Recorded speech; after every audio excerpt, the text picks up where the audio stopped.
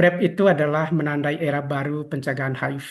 Itu adalah sebuah intervensi yang bukan hanya mengubah cara kita melindungi tubuh, tapi juga cara kita memahami resiko, hubungan, dan juga rasa aman. Namun, efektivitas PrEP tidak bisa diukur dari ketersediaannya saja. Yang menentukan keberhasilan implementasinya adalah bagaimana komunitas itu merespon, bagaimana mereka menilai manfaat dari resikonya, bagaimana mereka mengintegrasikannya ke dalam kehidupan sehari-hari, dan bagaimana mereka membangun pemahaman melalui pencarian informasi, diskusi sebaya, serta pengalaman pribadi mereka. Nah, Bapak Ibu, sesi ini akan mengeksplorasi dinamika tersebut melalui bukti-bukti ilmiah dan juga pembelajaran dari komunitas itu sendiri. Kita akan melihat nanti bagaimana penggunaan PrEP memengaruhi perilaku dan juga keputusan terkait pencegahan HIV. Bagaimana persepsi dan juga pola adopsi berubah seiring waktu, serta bagaimana minat dan juga rasa ingin tahu terhadap PrEP itu tercermin di ruang digital seperti Google Trends. Nah, ketika perspektif ini membantu kita memahami PrEP bukan hanya sebagai teknologi kesehatan, melainkan sebagai pengalaman sosial yang membentuk pilihan dan juga identitas kesehatan individu. Nah, dengan memahami respon dan juga adaptasi komunitas, kita dapat merancang strategi komunikasi, risiko itu sendiri, pelayanan kesehatan, dan dukungan komunitas yang juga lebih relevan. Jadi tidak hanya menjangkau orang, tetapi juga menyentuh cara mereka berpikir, merasa, dan juga mengambil keputusan. Nah, Bapak Ibu, rekan-rekan, di dalam sesi ini akan menghadirkan tiga narasumber yang nanti akan membawakan uh, atau membicarakan terkait PrEP. Yang pertama nanti kita akan bicara terkait dengan jika sebagian perubahan perilaku PrEP yang akan dibawakan oleh Saudara Erik Sindunata. Kemudian yang kedua nanti adalah online interest in PrEP exposure prophylaxis for HIV prevention in Indonesia, Google Trends Analysis. Ini dibawakan oleh Bapak I Ketut Lanang Dwi Bunda Putra. Dan nanti di sesi terakhir kita akan bicara tentang sexual risk behavior among men who have sex with women using PrEP exposure prophylaxis. Eh, Sebuah systematic review yang nanti dibawakan oleh Mahrani.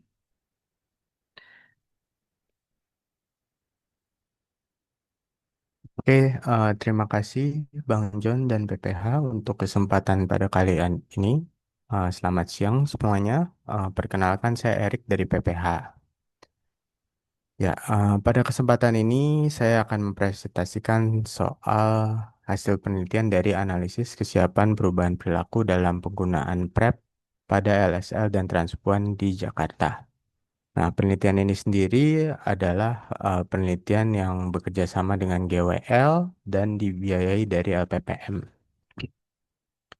Oke, lalu penelitian ini melihat bagaimana LSL dan transpon itu mengambil keputusan untuk memulai, mempertahankan, atau berhenti menggunakan PrEP, serta faktor-faktor yang mempengaruhi proses tersebut.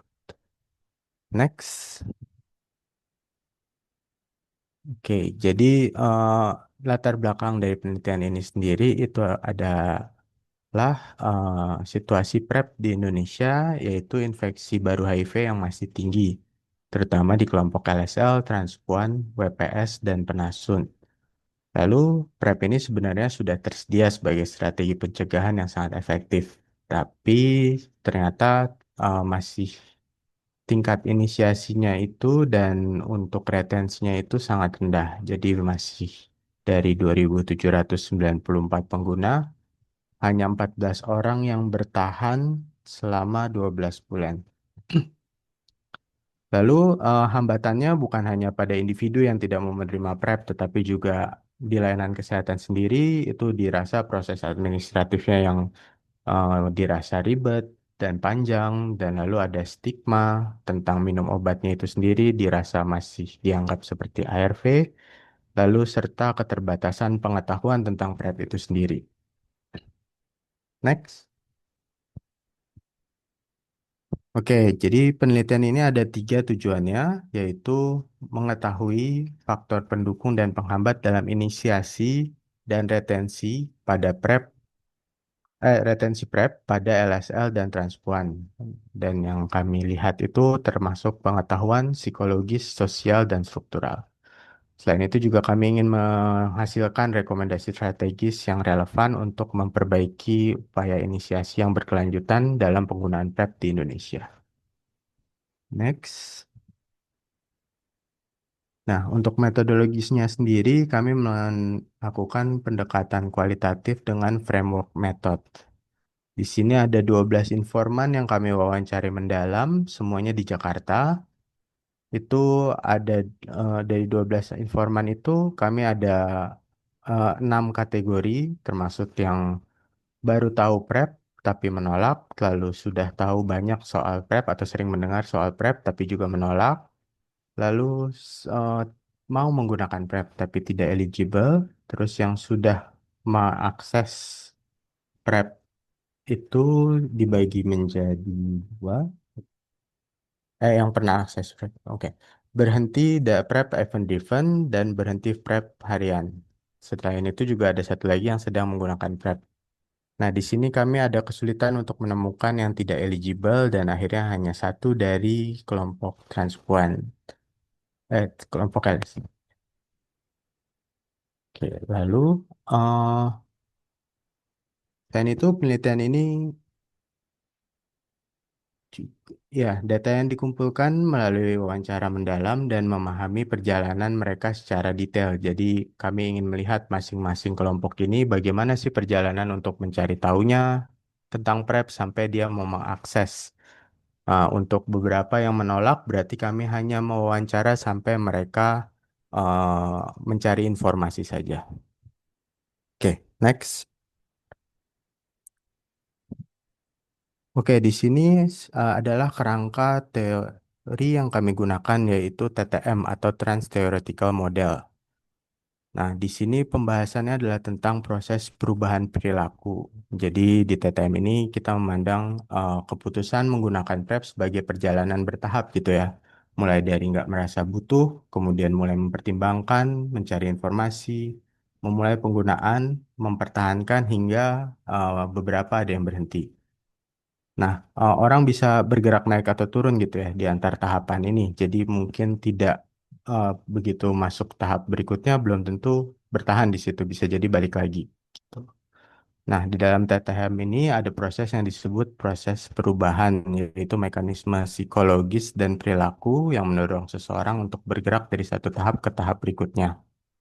Jadi kalau di teori ini sendiri ada dibagi dua gitu ya, proses yang bersifat kognitif, yaitu proses mental mereka yang membuat menyadari pola resikonya, terus mengevaluasi manfaatnya dalam hal ini PrEP, lalu membentuk perilaku baru dan melihat bagaimana perilaku tersebut sejalan atau enggak nih dengan nilai mereka.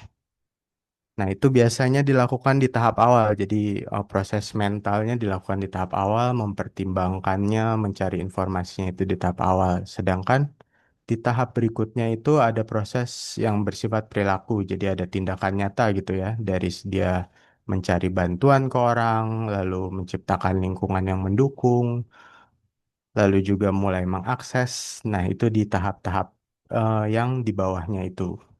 Jadi di bagian maintenance dan relapse biasanya. Nah, di sini prosesnya itu eh, dari kehidupannya sendiri dia mulai menata ulang gitu ya situasi-situasi yang mungkin bisa mendukung mereka dan apa yang bisa mereka lakukan untuk mendukung perilakunya itu tersendiri. Lalu dengan menggunakan TTM ini kami juga melihat bagaimana informan berpindah antar tahap gitu ya, kapan mereka maju, kapan mereka mundur, serta faktor yang mendorong atau menghambat pergerakan tersebut. Next. Nah, lalu kita langsung masuk ke temuannya saja. Jadi kami akan bahas pertahapan gitu ya. Di pre-contemplation sendiri, itu sebagian besar informan belum merasa perlu perlindungan tambahan. Jadi mereka sebenarnya sudah tahu tentang HIV, tapi nggak melihat diri mereka beresiko. Jadi ada yang merasa percaya pada pasangannya, terus ada yang merasa kondom itu sudah cukup, meskipun sebenarnya penggunaannya nggak konsisten ya. Jadi ada yang merasa aman dengan pasangannya, jadi tidak menggunakan kondom. Ada yang karena bekerja sebagai pekerja seks, lalu karena kebutuhan ekonominya akhirnya tidak menggunakan kondom karena pelanggannya meminta, tapi mereka merasa masih bisa mengendalikan situasi itu. Lalu pada LSL sendiri, kenyamanan dan kenikmatan sering mengalahkan rasa takut. Jadi karena sudah dekat sama pasangannya dan itu uh, membuat dia tidak enak gitu ya istilahnya untuk menolak kalau pasangannya meminta melepas kondom gitu. Lalu pengetahuan yang tidak lengkap tentang PrEP ini tentang HIV ini juga kadang membuat urgensi untuk melindungi diri tidak muncul. Next. Lalu di tahap contemplation sendiri, informan mulai menyadari resikonya. Jadi ada beberapa kejadian yang kami dapatkan gitu ya, seperti ada yang dapat kondom bocor, tertular IMS, terus melihat teman-temannya tertular, terus ada juga yang melihat keluarganya meninggal gitu ya, padahal bukan populasi kunci. Jadi dia mulai sadar nih bahwa ada resiko kesehatan yang mungkin mereka harus kontrol karena mereka lebih beresiko dibandingkan misalnya keluarganya yang bukan populasi kunci. Nah, meskipun gitu mereka juga nggak langsung terdorong konsumsi PrEP gitu ya. Jadi masih ada keraguan atas efek samping, takut tubuh rusak, dan cerita-cerita lain yang eh, mungkin membuat mereka masih takut gitu soal PrEP. Nah, mereka juga takut harus minum obat rutin dan dicap stigma bahwa mereka itu ada HIV-nya gitu. Jadi masih ada stigma dalam diri sendiri dan dari lingkungannya yang mencegah dia untuk PrEP. Nah, ini eh, juga ditambah dengan informasi yang salah gitu. Ada beberapa yang mendapat informasi dari internet atau teman sebagai pendapat pribadi yang justru menambahkan kecemasan di mereka.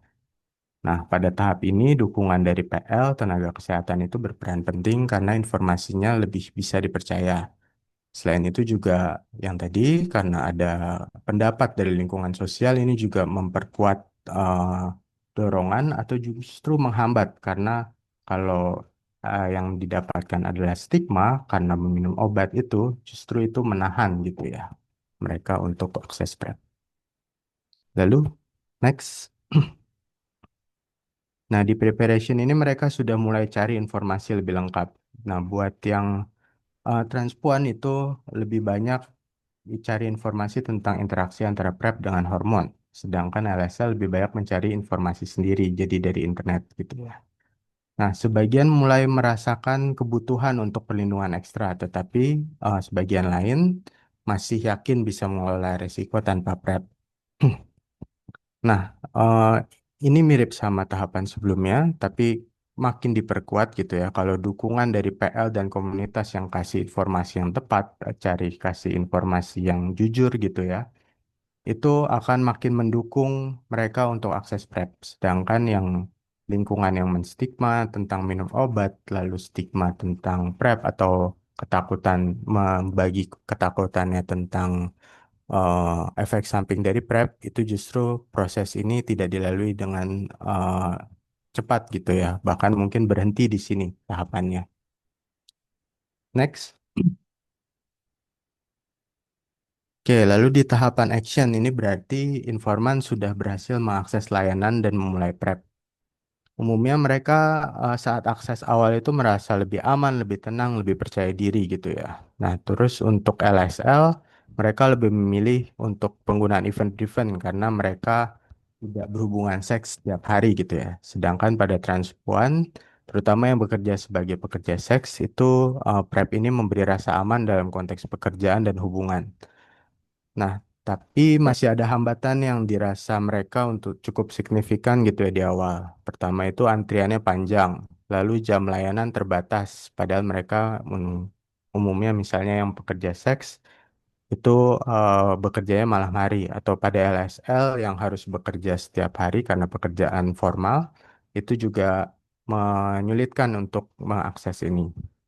Lalu ada pengalaman untuk stigma sendiri di fasilitas kesehatan, terutama pada transpuan. Nah, terus meskipun dapat dukungan sosial, pada akhirnya sebenarnya sudah ada motivasi pribadi yang kuat nih yang terbentuk pada tahap-tahap sebelumnya yang kami temui itu pada orang-orang yang sudah sampai action ini. Jadi itu sebenarnya tahap-tahap awal itu di informasi yang kuat, dukungan sosial yang kuat itu jadi fondasi gitu ya untuk masuk ke tahap action ini. Next. Nah, lalu di dua tahap selanjutnya itu maintenance dan relapse. Nah, pada maintenance sendiri, informan bertahan menunjukkan komitmen pribadi yang kuat. Jadi mereka meskipun ada hambatan seperti stigma atau takut lupa, itu diatasi dengan strategi-strategi yang sudah mereka rancang gitu ya. Jadi meskipun ada hambatannya tetap dilanjutkan karena ada kebutuhan untuk kesehatan itu sendiri. Jadi seperti alarm atau menyamarkan obat PrEP itu dimasukkan ke botol vitamin, lalu ada yang mengatur jadwal seksnya, lalu di dukungan pasangan, teman, komunitas dan PL dan tenaga kesehatan sangat membantu. Gitu. Jadi untuk mereka mengakses kembali dengan mudah, lalu dengan dukungan dari pasangan yang mengingatkan untuk minum obat, itu justru sangat membantu mereka untuk melanjutkan minum obat gitu ya. Namun masih ada tantangan, jadi kayak untuk yang daily itu ada rasa bosan, terus untuk di awal-awal saat mereka konsumsi PrEP itu ada efek samping ringan, tapi sebenarnya itu dilewati gitu ya. Meskipun ada satu yang merasakan efek samping itu karena awalnya PrEP itu dirasa jadi penyebab segala masalah penyakit dia gitu ya. Jadi itu yang membuat dia sempat berhenti sebentar, dan setelah ditangani oleh dokter itu akhirnya dia tidak takut dan akhirnya bisa akses kembali. Baik, 2 menit lagi ya. 2 menit, oke. Ya. Lalu ada stigma karena obat dianggap mirip ARV dan hambatan layanan seperti antian dan diskriminasi. Nah, kalau relapse sendiri itu terjadi karena mereka tidak lagi membutuhkan PrEP. Ini biasanya karena frekuensi seksnya menurun, terus seks dengan pasangan tetap, lalu resikonya kecil gitu mereka rasa. Dan ini membuat mereka merasa lebih banyak kerugiannya gitu dibandingkan keuntungannya. Jadi karena resikonya berkurang, efek samping seperti bosan minum obat, terus efek samping, stigma itu jadi dirasa lebih berat. Nah, menariknya itu meskipun mereka berhenti, banyak yang masih cari-cari obat lagi gitu ya. Jadi ada kekhawatiran dan kesadaran pencegahan yang masih tersisa gitu. Next. Nah, untuk inisiasi sendiri itu ada faktor pendukungnya adalah kesadaran risiko, pengalaman risiko nyata, informasi terpercaya, dukungan sosial. Lalu hal yang penting adalah penerimaan identitas diri untuk orang sebagai orang yang minum obat terus-menerus untuk yang daily. Nah, penghambatnya sendiri itu meliputi tidak melihat diri sendiri beresiko, informasi yang salah, dan ketakutan terhadap efek samping. Nah, next. Nah, untuk retensi sendiri itu dukungannya adalah komitmen pribadi, dukungan sosial layanan yang nyaman, dan strategi praktis untuk faktor pendukung. Selain itu, yang penting juga kesadaran akan kesehatan yang justru membuatnya bangga saat minum obat dan membantunya untuk meneruskan. Hambatannya adalah rasa bosan, efek samping, stigma obat, hambatan layanan, serta menurunnya persepsi resiko. Baik. Nah, untuk rekomendasinya sendiri, kami melihat perlunya peningkatan kualitas informasi, terutama informasi yang jujur mengenai tentang PrEP ya. Jadi, eh, kadang-kadang mereka berhenti karena tak awalnya tidak dikasih tahu soal bahwa ini tidak mencegah IMS. Dan setelah kena IMS, jadi kepercayaannya itu menurun. Lalu juga peningkatan pengalaman layanan awal, yaitu memperkuat peran komunitas, memperkuat mekanisme akses ulang, dan memperhatikan layanan responsif. Selain itu, secara program, kami rasa sebaiknya justru indikator sebaiknya fokus pada inisiasi dan akses ulang, bukan pada retensi jangka panjang. Karena mereka kalau kesadarannya sudah cukup dan kebutuhan akan kesehatannya cukup, itu mereka akan terus akses ulang gitu ya. Jadi seperti tadi saat butuh mereka pinjam ke teman atau lihat stok lama. Jadi untuk itu perlu dibuat akses layanan yang lebih fleksibel gitu. Jadi mereka nggak perlu lagi pinjam dari teman atau mencari stok lama, tapi bisa langsung secara fleksibel akses di puskesmas saat mereka butuh atau resikonya kembali meningkat. Next. Oke, saya rasa itu aja. Maaf kalau lama. Terima kasih Bang Jo. Saya Ya, balikin. makasih Erik. Eh, Tepat waktu sih. Terima kasih untuk pemaparannya terkait dengan masalah akses PrEP melalui eh, apa teorikal eh, TTM itu tadi ya yang dibawakan oleh Erik. Bapak Ibu kalau ada pertanyaan silahkan langsung untuk raise hand atau juga bisa chat di melalui chat room. Silakan terkait dengan apa yang dipaparkan oleh Mas Erik.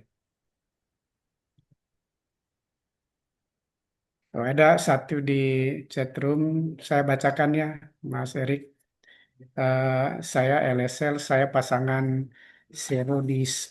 diskordan dan pasangan saya viral loadnya sudah tersupresi 40 CP per mililiter. Namun saya meyakini tidak mengkonsumsi PrEP karena penularan HIV-nya 0%. Apakah keputusan saya sudah benar?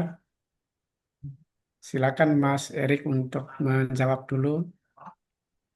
Dari Nuaria, FKPB. Silakan. Oke. Halo, soalnya freeze. Oke. Ya, terima kasih Bapak atau Ibu Nuari. Bapak ya, Bapak Nuari, sorry. Ya, jadi eh, soal keputusan benar atau tidak, sebenarnya PrEP itu adalah tambahan gitu ya, kalau menurut saya. Jadi tambahan untuk keamanan. Jadi selama apa namanya ARV-nya diminum dan terus disiplin, sebenarnya kan penularannya hampir 0%. Nah, tapi untuk ketenangan dari pengkonsumsi PrEP sendiri itu sebenarnya yang utama gitu ya. Jadi kalau menurut saya eh, faktor psikologis dari minum PrEP dan apalagi kalau dengan pasangan tidak menggunakan kondom itu justru membantu gitu ketenangan dan jika Bapak itu merasa Erik, suaranya tenggelam.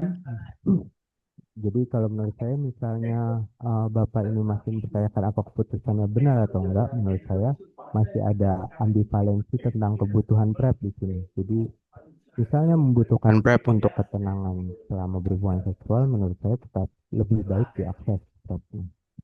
Gitu. Oke. Ya, makasih Erik atas responnya. Apakah sudah menjawab pertanyaan Mbak Nuari Bapak. atau Pak Nuari? Oke. Ya, ini ada pertanyaan lebih lanjut terkait dengan apa tindak lanjut yang sudah dilakukan setelah didapatkan hasil penelitian ini. Ini dari Ibu atau Bapak Tria dari Stikes Kendal.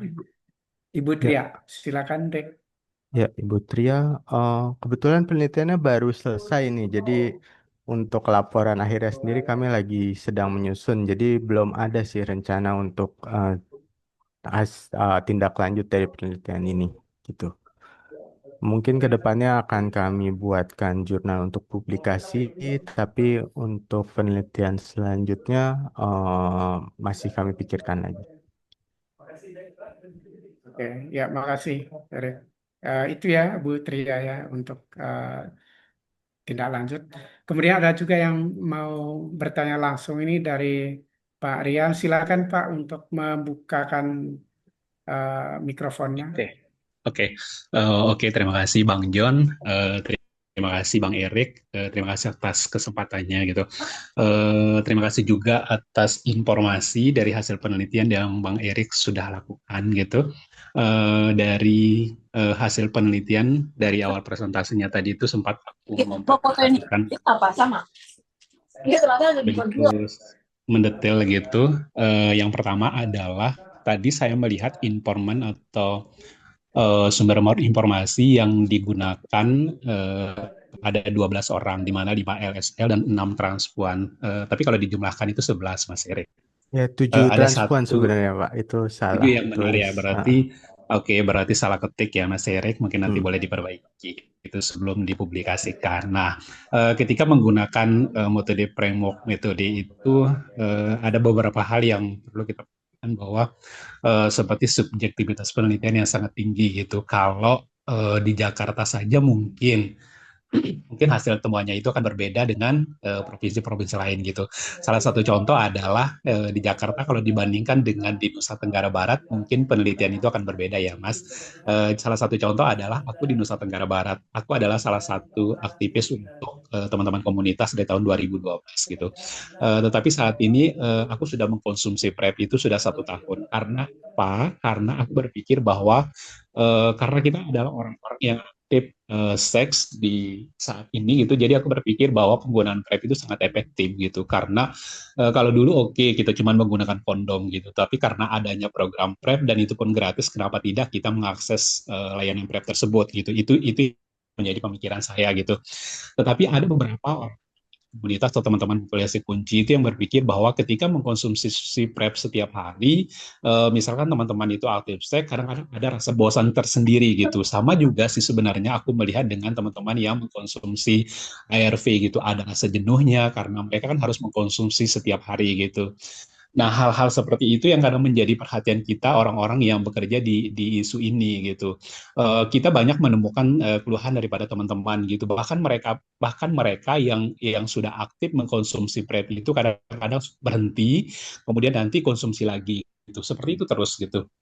Padahal kalau kita lihat dari manfaatnya itu kan sangat efektif sekali gitu. Nah, dari hasil penelitian ini kan aku sudah melihat tadi ada beberapa faktor pendukung, kemudian ada lambat yang mungkin dari hasil penelitian atau temuan-temuannya Mas Erik dengan teman-teman itu bisa dijadikan suatu referensi gitu. Tetapi referensi tersebut mungkin belum sepenuhnya bisa kita gunakan karena hasil penelitian ini hanya dilakukan di Jakarta gitu. Karena kalau dibandingkan mungkin nanti dengan hasil penelitian di provinsi lain pasti akan berbeda gitu. Nah, menurutku ketika Mas Erik menemukan atau melakukan suatu wawancara dengan 12 responden tersebut, hal yang menarik yang bisa kita informasikan kepada teman-teman komunitas eh, bahwa mereka itu dianjurkan untuk tetap gitu mengkonsumsi PrEP supaya kondisi mereka tetap aman, ya aman, terhindar dari positif HIV itu loh Mas. Ada nggak temuan-temuan yang bisa kita jadikan bahwa oke, teman-teman, kemarin aku nih ikut suatu webinar atau ICE Week, aku mendapatkan informasi seperti ini yang bisa aku sampaikan kepada teman-teman gitu. Itu sih. Oke, tadi Kak Rian ya, Ya, Rian. dari Lombok ya. Oke.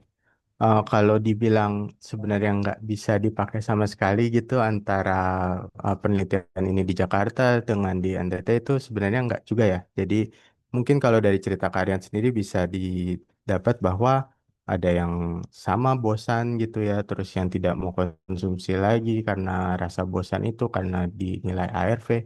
Sebenarnya agak mirip gitu ya, sama gitu ya dengan yang didapatkan di Jakarta. Jadi misalnya karena stigma berhenti atau karena efek samping atau karena bosan itu berhenti. Tapi ada satu hal yang mungkin kami dapatkan di penelitian ini dan menurut saya uh, uh, menarik gitu ya.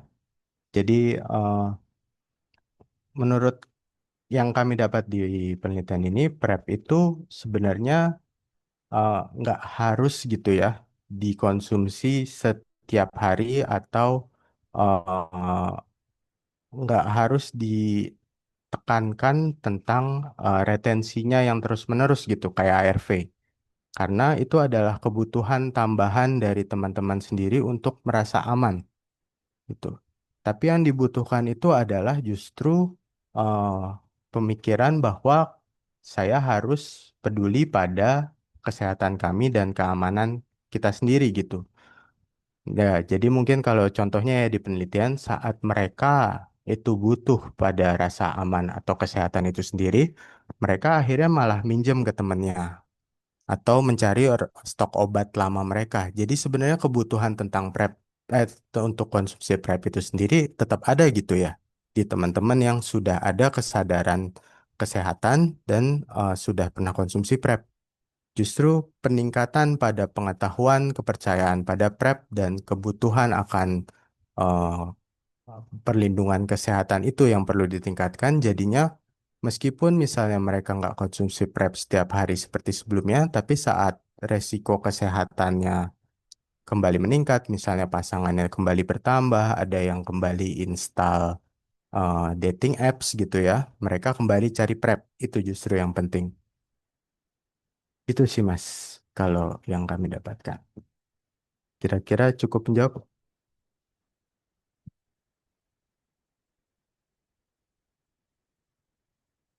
Oke.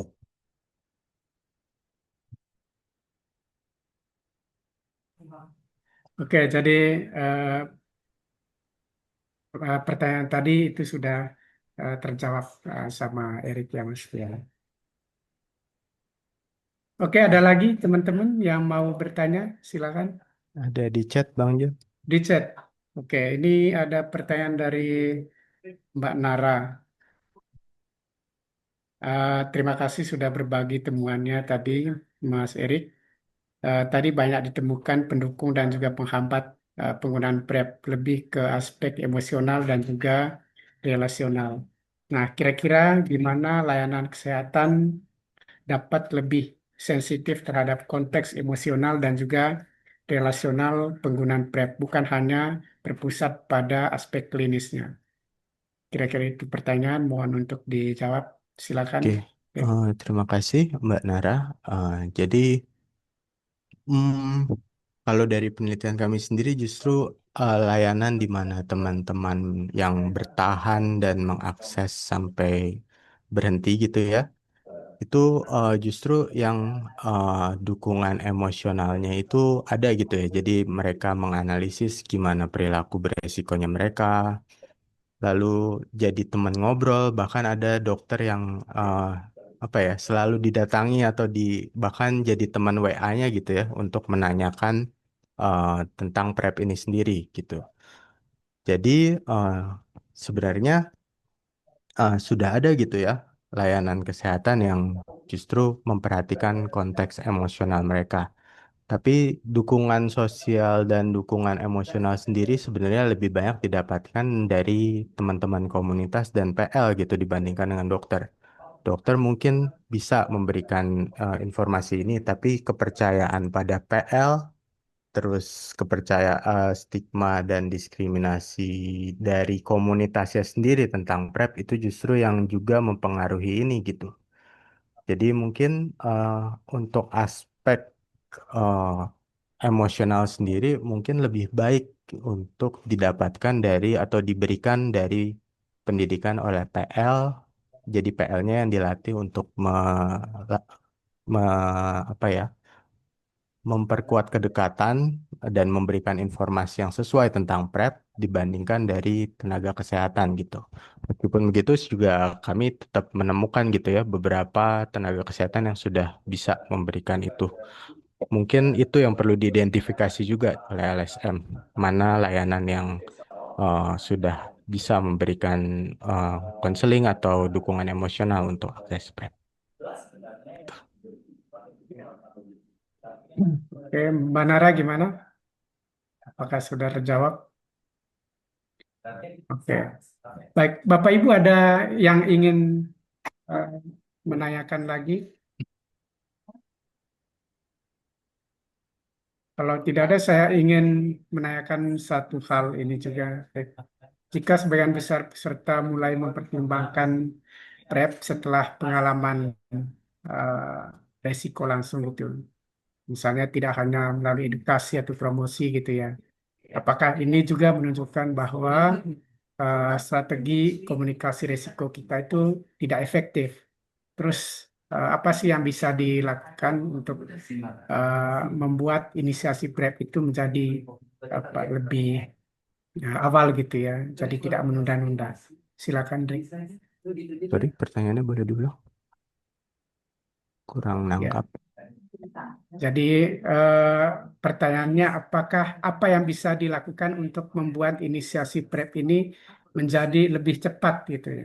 Jadi misalnya tidak menunda lagi gitu untuk melakukan inisiasi.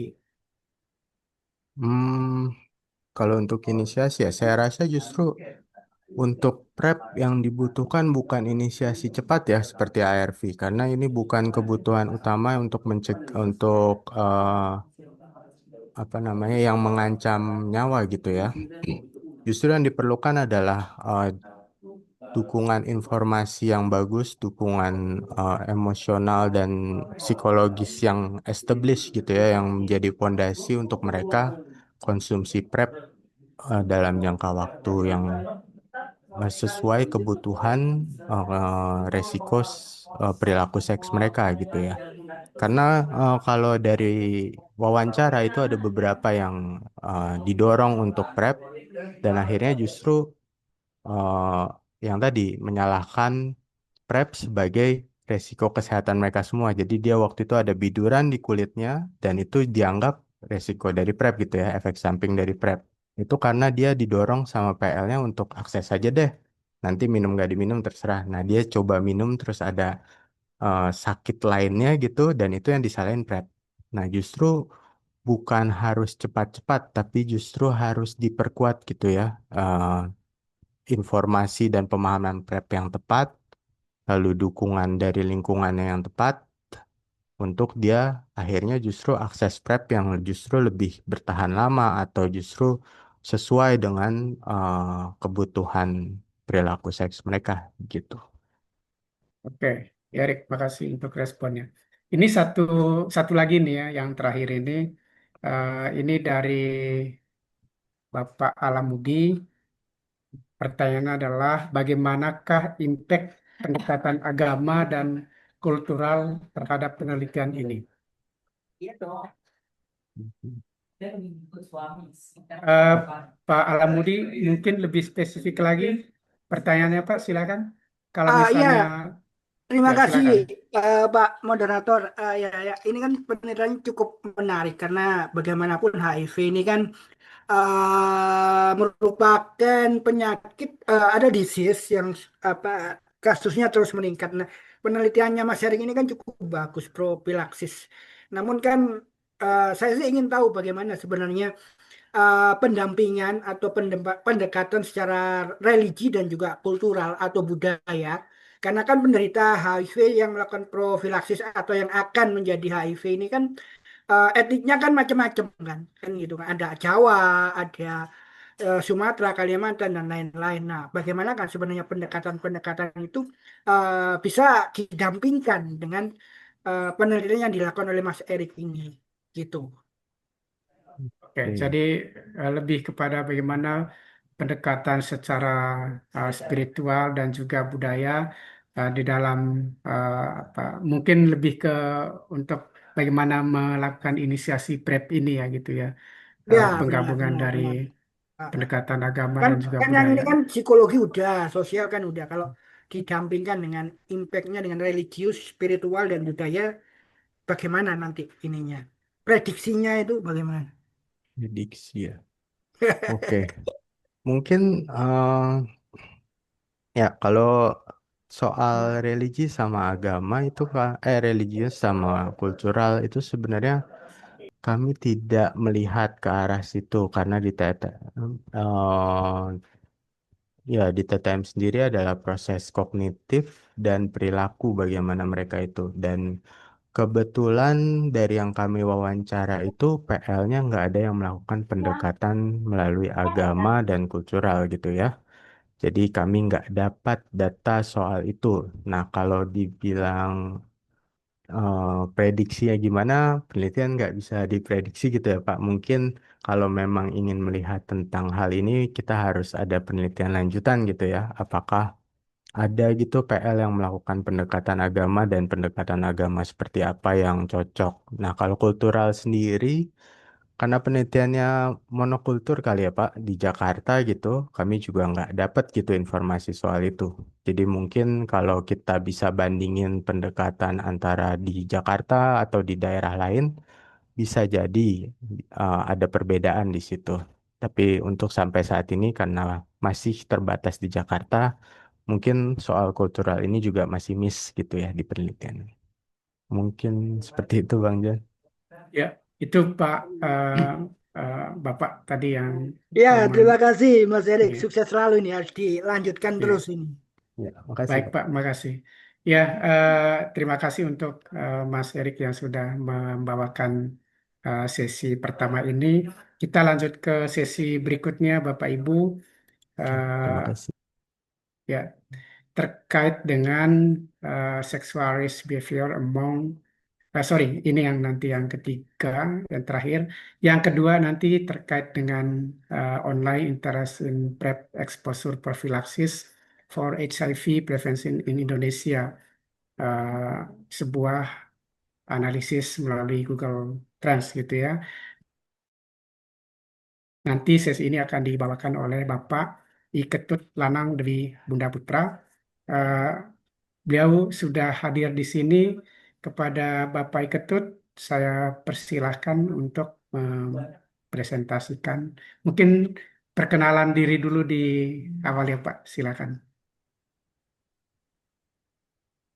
Baik, suara saya sudah terdengar, Kak John? Ya, sudah terdengar. Oke. Baik, pertama, Assalamualaikum warahmatullahi wabarakatuh. Om Swastiastu, Shalom, Nama Budaya, Salam Sejahtera untuk kita semua, Salam Kebajikan. Pertama yang saya hormati, Pimpinan Pusat Penelitian HIV/AIDS Universitas Katolik Indonesia Atmajaya, rekan-rekan peneliti, mitra komunitas, serta seluruh peserta EDWIX 2025.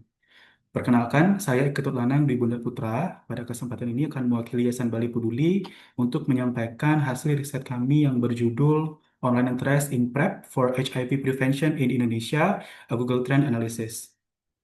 Jadi ini sebagai bagian dari upaya kami untuk memahami bagaimana kebijakan nasional ini mempengaruhi perilaku pencarian informasi kesehatan. Saya tidak sendiri, saya bersama tim saya ada Betty Retisia, Murah Agus Arimbawa, dan juga Dr. Hendry Lewis. Saya akan membahas 6 bagian utama, mulai dari latar belakang, metode, temuan, implikasi, rekomendasi, sampai dengan kesimpulan. Pertama, mengapa kita perlu untuk menganalisis daring terhadap PrEP ini? Jadi, mengapa topik ini menjadi relevan? Jadi, mungkin kita semua sudah tahu bahwasanya beban epidemi HIV di Indonesia ini masih signifikan, terutama pada capaian target eliminasi HIV dan AIDS tahun 2030.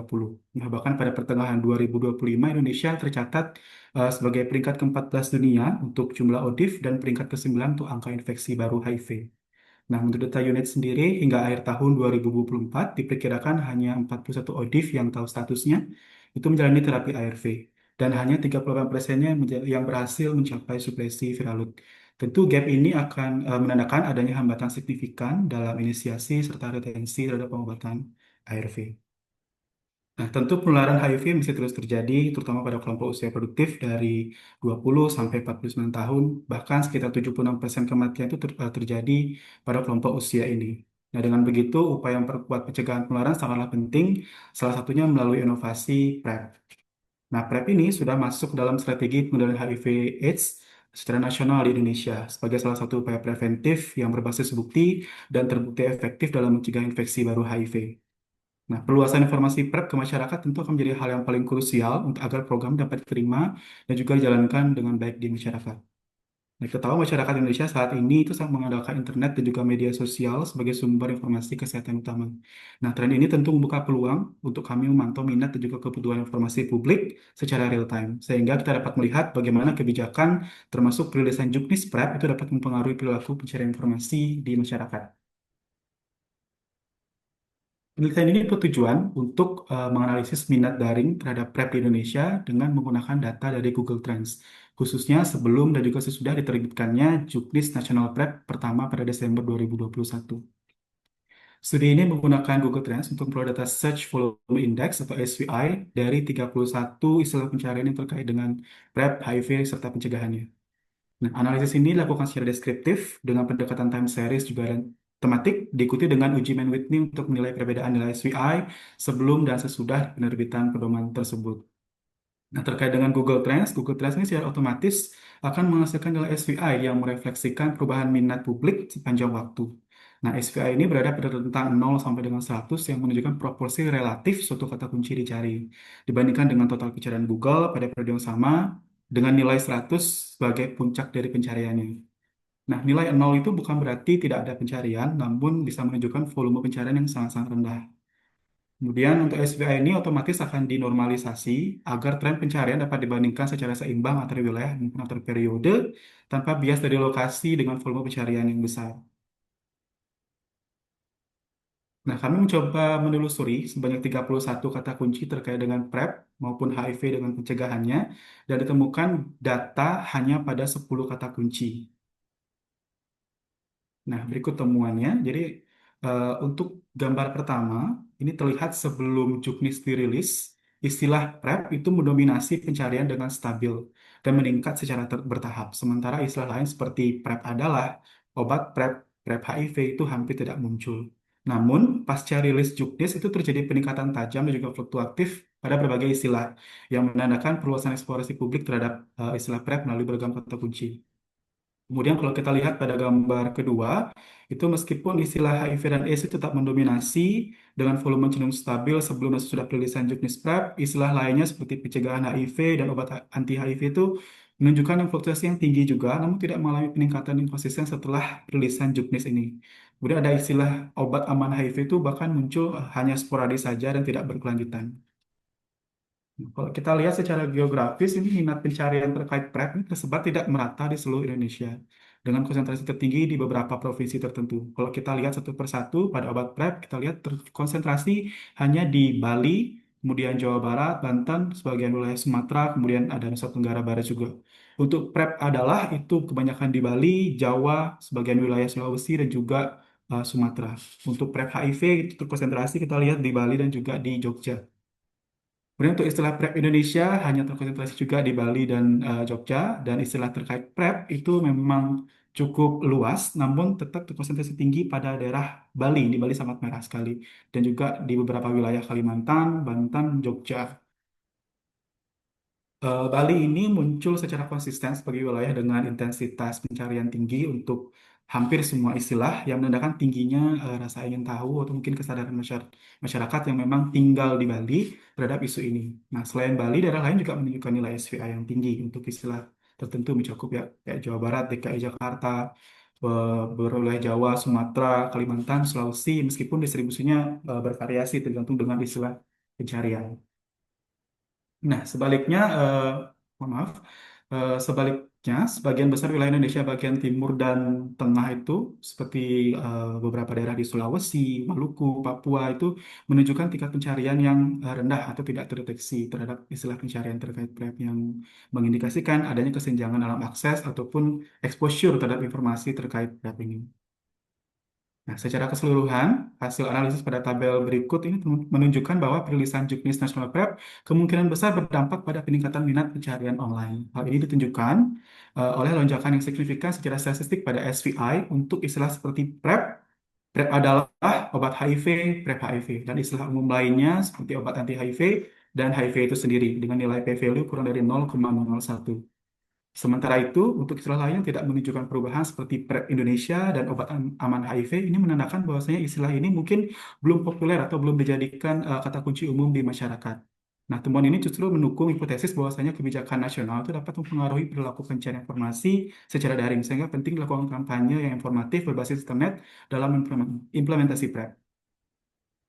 Kemudian untuk implikasinya, jadi temuan ini memiliki beberapa implikasi terhadap pemegang kebijakan dan program. Yang pertama adalah kebijakan nasional itu terbukti mempengaruhi perilaku publik. Di lonjakan SVI itu setelah rilis Juknis PrEP menunjukkan bahwa kebijakan dapat langsung mendorong peningkatan minat masyarakat terhadap PrEP. Yang kedua, pencarian daring itu menjadi indikator awal terhadap permintaan layanan. Nah, perilaku pencarian online ini menggambarkan rasa ingin tahu, mungkin juga kesadaran terhadap PrEP, dan meningkatkan potensi demand akses PrEP di fasilitas kesehatan nantinya. Yang ketiga adalah akses informasi PrEP yang masih timpang antar wilayah. Jadi SPI yang tinggi di Bali dan versus beberapa wilayah di bagian barat dengan Indonesia yang bagian timur yang masih rendah ini menunjukkan kesenjangan akses informasi dan mungkin juga ada kesenjangan di paparan informasi ini. Yang keempat adalah kesiapan layanan harus mengikuti peningkatan minat. Jika stok, alur rujukan, tenaga, biaya yang tidak siap, maka peningkatan minat daring ini tidak akan terkonversi menjadi kunjungan PrEP. Untuk rekomendasi, kami merekomendasikan beberapa hal. Yang pertama itu memperkuat komunikasi digital nasional tentang PrEP. Jadi mungkin bisa menggunakan istilah-istilah yang paling sering dicari, seperti PrEP adalah atau obat PrEP itu untuk dalam bentuk visual, bisa video pendek ataupun konten-konten edukatif seperti infografis atau poster. Kemudian yang kedua adalah memprioritaskan penyebaran informasi di provinsi dengan SVA yang rendah. Fokusnya bisa pada Indonesia bagian timur seperti Papua, Maluku, NTT, dan wilayah lainnya yang menunjukkan minat daring rendah melalui pendekatan literasi digital dan juga kampanye yang lebih ketara. Kemudian yang ketiga adalah integrasi edukasi PrEP ke berbagai platform layanan dan komunitas. Jadi memastikan informasi ini konsisten di website Faskes, website Kementerian, website CSO atau aplikasi kesehatan dan media sosial terkait. Dan yang terakhir adalah menggunakan SVI ini sebagai alat monitoring rutin. Jadi kita bisa menggunakan Google Trend untuk memantau secara berkala untuk menilai dampak komunikasi kebijakan dan potensi permintaan PrEP di lapangan. Nah, berikut beberapa website yang kami temukan memuat informasi terkait dengan PrEP. Jumlahnya memang tidak banyak, terutama yang berbasis di Indonesia atau menggunakan bahasa Indonesia. Nah, dengan ini kami merekomendasikan agar pemerintah kita, khususnya melalui Kementerian Kesehatan Republik Indonesia, dapat mengoptimalkan peran kanalnya, bisa website maupun sosial media. Website Kemenkes dan media sosial resmi yang ada saat ini sebetulnya sudah memiliki fondasi yang cukup kuat, namun perlu diperkuat lagi dengan penyediaan informasi tentang PrEP yang lebih lengkap, terstruktur, dan berorientasi pada kebutuhan pengguna. Mengingat ini masih merupakan sebuah inovasi. Optimalkan Optimalisasi ini dapat mencakup penjelasan yang jelas mengenai apa itu PrEP, siapa yang dapat mengaksesnya, alur layanan, lokasi layanan terkini, dan juga edukasi lainnya sesuai yang tercantum pada Juknis. Nah, selain itu, media sosial Kemenkes juga berpotensi besar untuk menjangkau kelompok usia muda, produktif, dan populasi berisiko yang eh, berisiko melalui konten edukatif yang konsisten pastinya, sederhana, dan juga berbasis dengan bukti. Nah, dengan langkah ini, informasi PrEP tidak hanya tersedia, tapi juga memiliki legitimasi yang kuat sebagai bagian dari kebijakan kesehatan nasional, sekaligus mendukung upaya pencegahan HIV yang lebih inklusif, terkoordinasi, dan juga responsif, artinya sesuai dengan kebutuhan pengguna. Untuk kesimpulannya, kebijakan nasional berdampak nyata pada perilaku pencarian publik. Lonjakan minat PrEP ini menunjukkan peluang besar untuk mengonversi minat digital menjadi aptik di layanan. Dan yang terakhir, digital first communication ini harus menjadi strategi utama PrEP ke depan. Berikut referensi yang kami gunakan. Berikut kontributor dalam slide ini. Dan melalui kesempatan ini kami juga ingin menegaskan bahwasanya peningkatan minat daring itu saja tidak cukup, sehingga penguatan literasi digital masyarakat itu menjadi elemen kunci dalam penerimaan PrEP dan di dalam memastikan implementasinya berjalan efektif, merata, dan berbasis dengan kebutuhan publik.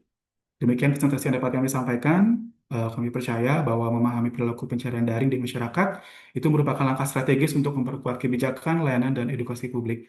Melalui riset ini, kami berharap dapat memberikan kontribusi bagi program pencegahan HIV yang lebih efektif dan berorientasi pada kebutuhan masyarakat. Terima kasih atas perhatian rekan-rekan sekalian. Saya kembalikan ke moderator. Baik, terima kasih Mas Anandwi atas presentasinya. Eh, ini cukup menarik gitu ya karena eh, proses pencarian informasi yang dianalisis ini cukup sebuah eh, hal yang juga sering dicari oleh berbagai komunitas yang juga membutuhkan layanan PrEP itu sendiri. Oke, Bapak Ibu, silakan kalau ada pertanyaan terkait dengan apa eh, apa yang disampaikan oleh Mas Lanandwi tadi, silakan. Ada satu pertanyaan ini dari Pak Alamudi, ini Pak Mas Dwi. Eh, Seberapa besar sensitivitas dan juga spesifisitas SPI di dalam menganalisis data dan sebagai alat monitoring rutin? Kira-kira itu pertanyaannya, mohon dijawab dulu. Silakan Pak Dwi, Mas Dwi. Baik, halo Pak Alamudi. Terima kasih atas pertanyaannya. Jadi menurut saya juga saya pelajari tentang Google Trends ini, dia tidak ada eh, menunjukkan atau mendikasikan seberapa besar sih sensitivitas dan juga spesifitas dari nilai SVI ini. Karena SVI ini adalah nilai pencarian yang dinormalisasikan. Jadi kita pun ketika mengakses Google Trends itu tidak akan tahu nilai pencarian aslinya berapa. Jadi mereka semua pencarian itu sudah dikonversi semua dari angka 0 sampai akan 100. Jadi kalau pertanyaannya seberapa sensitif dan spesifik untuk nilai SPI ini belum bisa dijawab. Karena juga tidak dijelaskan juga kalau di apa namanya website Google Trend ini gitu. Tapi bagus Kayaknya untuk kita melihat bagaimana sebuah kata kunci atau misalnya sebuah apa ya istilah-istilah itu dicari di internet. Jadi kita bisa lihat misalnya pada kesempatan ini kalau kita lihat ada kebijakan baru, kita bisa lihat bagaimana sih pencarian di Google sebelum dan sesudah juknis ini ada. Atau misalnya pada COVID, bagaimana sih minat masyarakat terhadap informasi COVID sebelum pandemi dan sesudah pandemi atau pasca pandemi itu bisa kita lihat. Jadi tidak memperhitungkan bagaimana sensitivitas dan juga spesifikasinya. Terima kasih. ya kira-kira itu Pak Lamudi, apakah sudah cukup menjawab pertanyaan Bapak? Ya, cukup Pak John dan Pak Dwi, terima kasih atas pencerahannya ini. Ya baik Pak Lamudi. Ini ada yang raise hand, Mas Dwi dari Mas Rian. Silakan untuk membuka mic-nya Mas Rian, langsung bertanya kepada narasumber kita. Oke, terima kasih Bang John, terima kasih Bang Tut. Saya Mas Rian dari Lombok. Ada beberapa hal mungkin yang saya tertarik gitu ketika dipresentasikan terkait dengan online prep per HIV untuk prep itu sendiri gitu. Karena kalau selama ini kita memang memberikan informasi terkait dengan atau memberikan sosialisasi terkait dengan PrEP ini, kebanyakan kita menggunakan secara offline gitu. Artinya adalah kita memberikan informasi tentang PrEP kepada teman-teman komunitas itu secara langsung atau bertatap muka. Bahkan masih banyak teman-teman komunitas atau bahkan di luar komunitas yang belum mendapatkan informasi tentang PrEP itu sendiri gitu. Padahal mereka itu juga aktif dalam berhubungan seksual. Nah, ketika ada beberapa teman-teman yang mungkin merasa dirinya itu bukan teman-teman komunitas, tetapi orientasi seksualnya mereka juga sama gitu. Kadang-kadang aku sempat nanya gitu, kamu sudah konsumsi PrEP apa belum? Dia juga nggak tahu gitu PrEP itu apa gitu. Artinya adalah masih banyak teman-teman di luar komunitas, bahkan teman-teman komunitas yang belum mendapatkan informasi PrEP itu secara langsung gitu. Nah, kalau kita lihat tadi kan ada beberapa tuh rekomendasi-rekomendasi yang diberikan oleh Pak Ketut bersama teman-teman gitu. Seperti yang pertama itu saya lebih tertarik kepada perkuat komunikasi digital nasional tentang PrEP gitu. Itu secara nasional gitu. Di daerah pun kalau kita melihat situasi dan kondisi serta informasi tentang PrEP ini kan seperti yang saya bilang tadi itu masih terbatas gitu. Apalagi kalau secara nasional itu sudah cukup luas gitu. Kita jujur aja kalau di kota sendiri gitu kan, kalau orang-orang yang mendapatkan informasi tentang PrEP itu adalah orang-orang yang itu saja gitu. Sedangkan yang lain yang tidak pernah kayak ikut sosialisasi, kemudian mendapatkan informasi secara offline, mereka tuh nggak tahu apa-apa gitu. Apalagi mereka mau mencari secara online itu sangat berbanding terbalik gitu. Nah, menurut Bang Tut sendiri gitu, dampak tertentu dari akses secara online terkait dengan PrEP itu mana yang lebih besar gitu ketika kita melihat dampak baik atau dampak buruknya gitu ketika kita memberikan sosialisasi secara online, memberikan sosialisasi secara offline atau teman-teman komunitas atau di luar komunitas itu mengakses secara langsung melalui online gitu. Karena kalau mereka sendiri tidak pernah mendapatkan informasi secara offline, karena mereka juga nggak pernah akses secara online gitu, Bang. Kecuali jika seseorang itu mendapatkan informasi sepintas secara offline misalnya, ketika mereka menghadiri salah satu sosialisasi tentang HIV, kemudian di apa diselipkan gitu informasi tentang PrEP itu sendiri. Jadi ada rasa penasaran gitu bagi si dia untuk oh tadi aku mendapatkan informasi tentang PrEP, kira-kira PrEP itu apa ya. Jadi mereka tuh akan mengakses secara online gitu. Kira-kira menurut Pak Ketut sendiri dampak baik, dampak buruk, kemudian tingkat representatif atau presentasi keaktifan dari akses internet secara online tentang PrEP ini seperti apa gitu Pak. Terima kasih, saya kembali. Baik, Ya, Mas Dwi, silakan langsung aja menjawab. oke. Terima kasih Kak Rian, menarik sekali ya pertanyaan dan concern-nya. Yang bisa saya sampaikan mungkin terkait dampak baik untuk penggunaan internet ya untuk mencari informasi tentang PrEP itu tentu akan lebih komprehensif. Tapi kita kembali lagi ke pribadi masing-masing orang. Ada mungkin yang mereka lebih nyaman untuk mendapat informasi secara langsung dari tenaga kesehatan. Ada juga yang mungkin harus misalnya mendapatkan informasi dari teman. PrEP ini 90% loh bisa melindungi kamu. Nah, dia belum yakin, akhirnya dia mengecek lagi ke kanal internet atau di website-website. Jadi untuk memastikan kembali. Jadi sebenarnya itu kembali lagi ke masing-masing pribadi orang. Tapi dampak baiknya tentu dengan kita mengandalkan internet nih, cakupannya kan lebih luas dibandingkan dengan sosialisasi yang dilakukan secara offline. Ya, kita tahu bahwasanya penggunaan internet saat ini sudah semakin luas. Juga kalau kita lihat data survei dari APCI, kalau tidak salah itu 15% bahkan penggunaan internet itu digunakan untuk mencari informasi berita-berita terkini. Salah satunya adalah terkait dengan kesehatan kayak gitu. Dan saran kami di sini lah untuk pemerintah membentuk kanal informasi resmi. Artinya terpoin satu informasi di website Kemenkes. Jadi tidak ada lagi keraguan misalnya ketika mereka mengakses di informasi di sosial media dapat kabar burung atau potensi hoax, mereka ada acuan untuk apa ya? Untuk memastikan informasi tersebut seperti itu.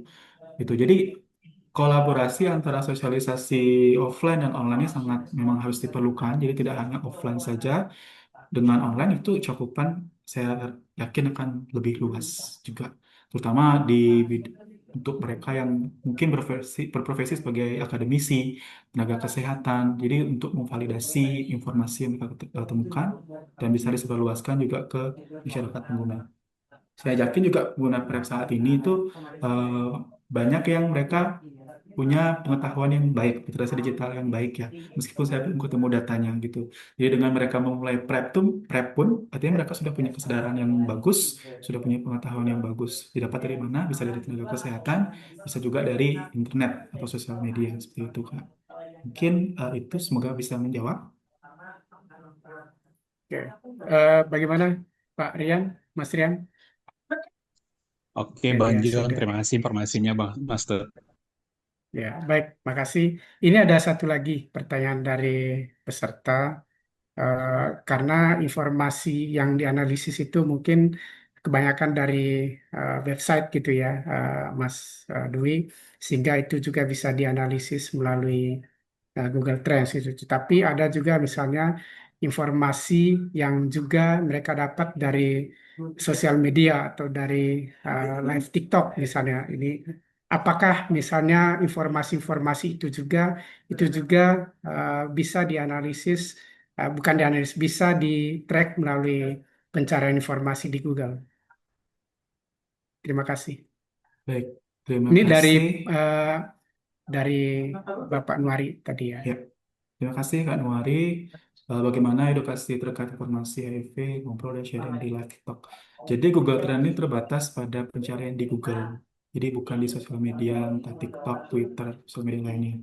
Tapi saya melihat ada beberapa eh, analisis tentang terkait di Twitter itu bagaimana sih, apa ya, sentimen-sentimen yang ada di Twitter atau di sosial media lain itu bisa dianalisis juga gitu. Tapi kalau untuk TikTok saya belum ketemu, jadi mungkin nanti kita bisa telusuri lagi ya. Untuk Google Trend ya khusus untuk Google. Thank you. Ya, kayak kira-kira itu ya, Pak Nuari. Eh, jadi tidak bisa melakukan analisis melalui Google Trends. Terus juga ada yang mau bertanya ini secara langsung dari Pak Edwin. Silakan Pak Edwin. Baik, terima kasih Bang Jan. Oh, saya terbalik nih videonya. Entah kenapa.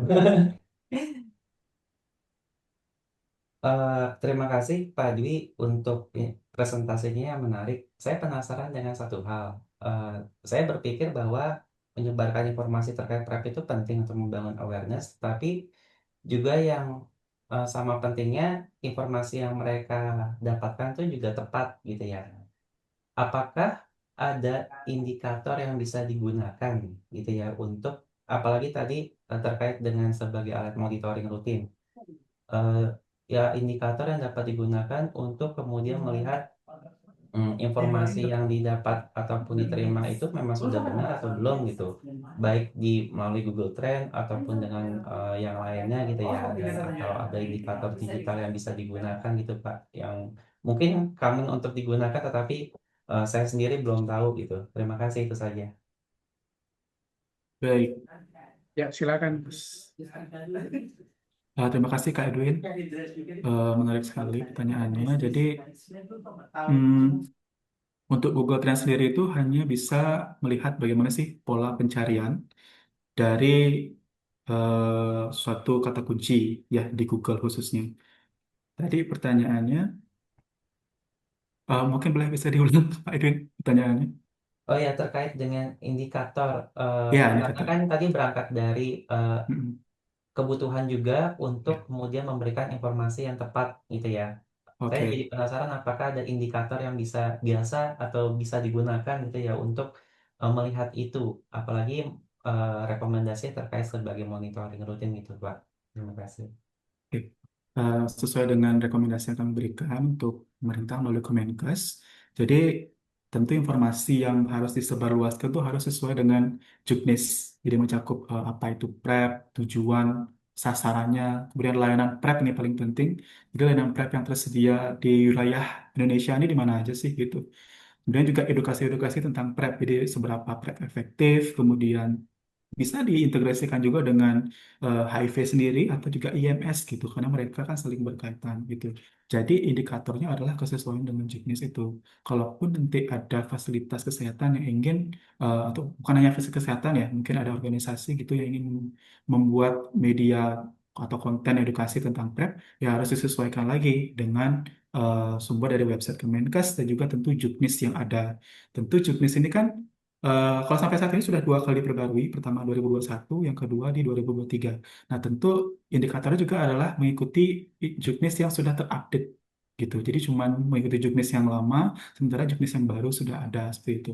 Jadi indikatornya yang paling penting itu sih, Kak, Oke, kesesuaian jadi dengan juknis. memang itu kontrolnya berarti pada saat di depannya gitu ya, Pak, bukan pada saat mengevaluasi evaluasi Bisa. dari hasil itunya gitu ya. Bisa juga di akhir misalnya kita nih eh, sebuah vaskes boleh mengadakan survei. Jadi setelah mereka membuat konten edukasi, seberapa besar sih perubahan pengetahuan dari mereka. Jadi bisa dites sebelum juga sesudah mereka diberikan edukasi seperti itu. Kalau di website pemerintah mungkin belum cocok dilakukan ya. Tapi kalau misalnya sosialisasi offline itu bisa sangat sangat bisa sekali dilakukan seperti itu. Oke, baik. Terima kasih, Pak. Ya, makasih Edwin, makasih Mas Dwi. Ini kita masih ada waktu.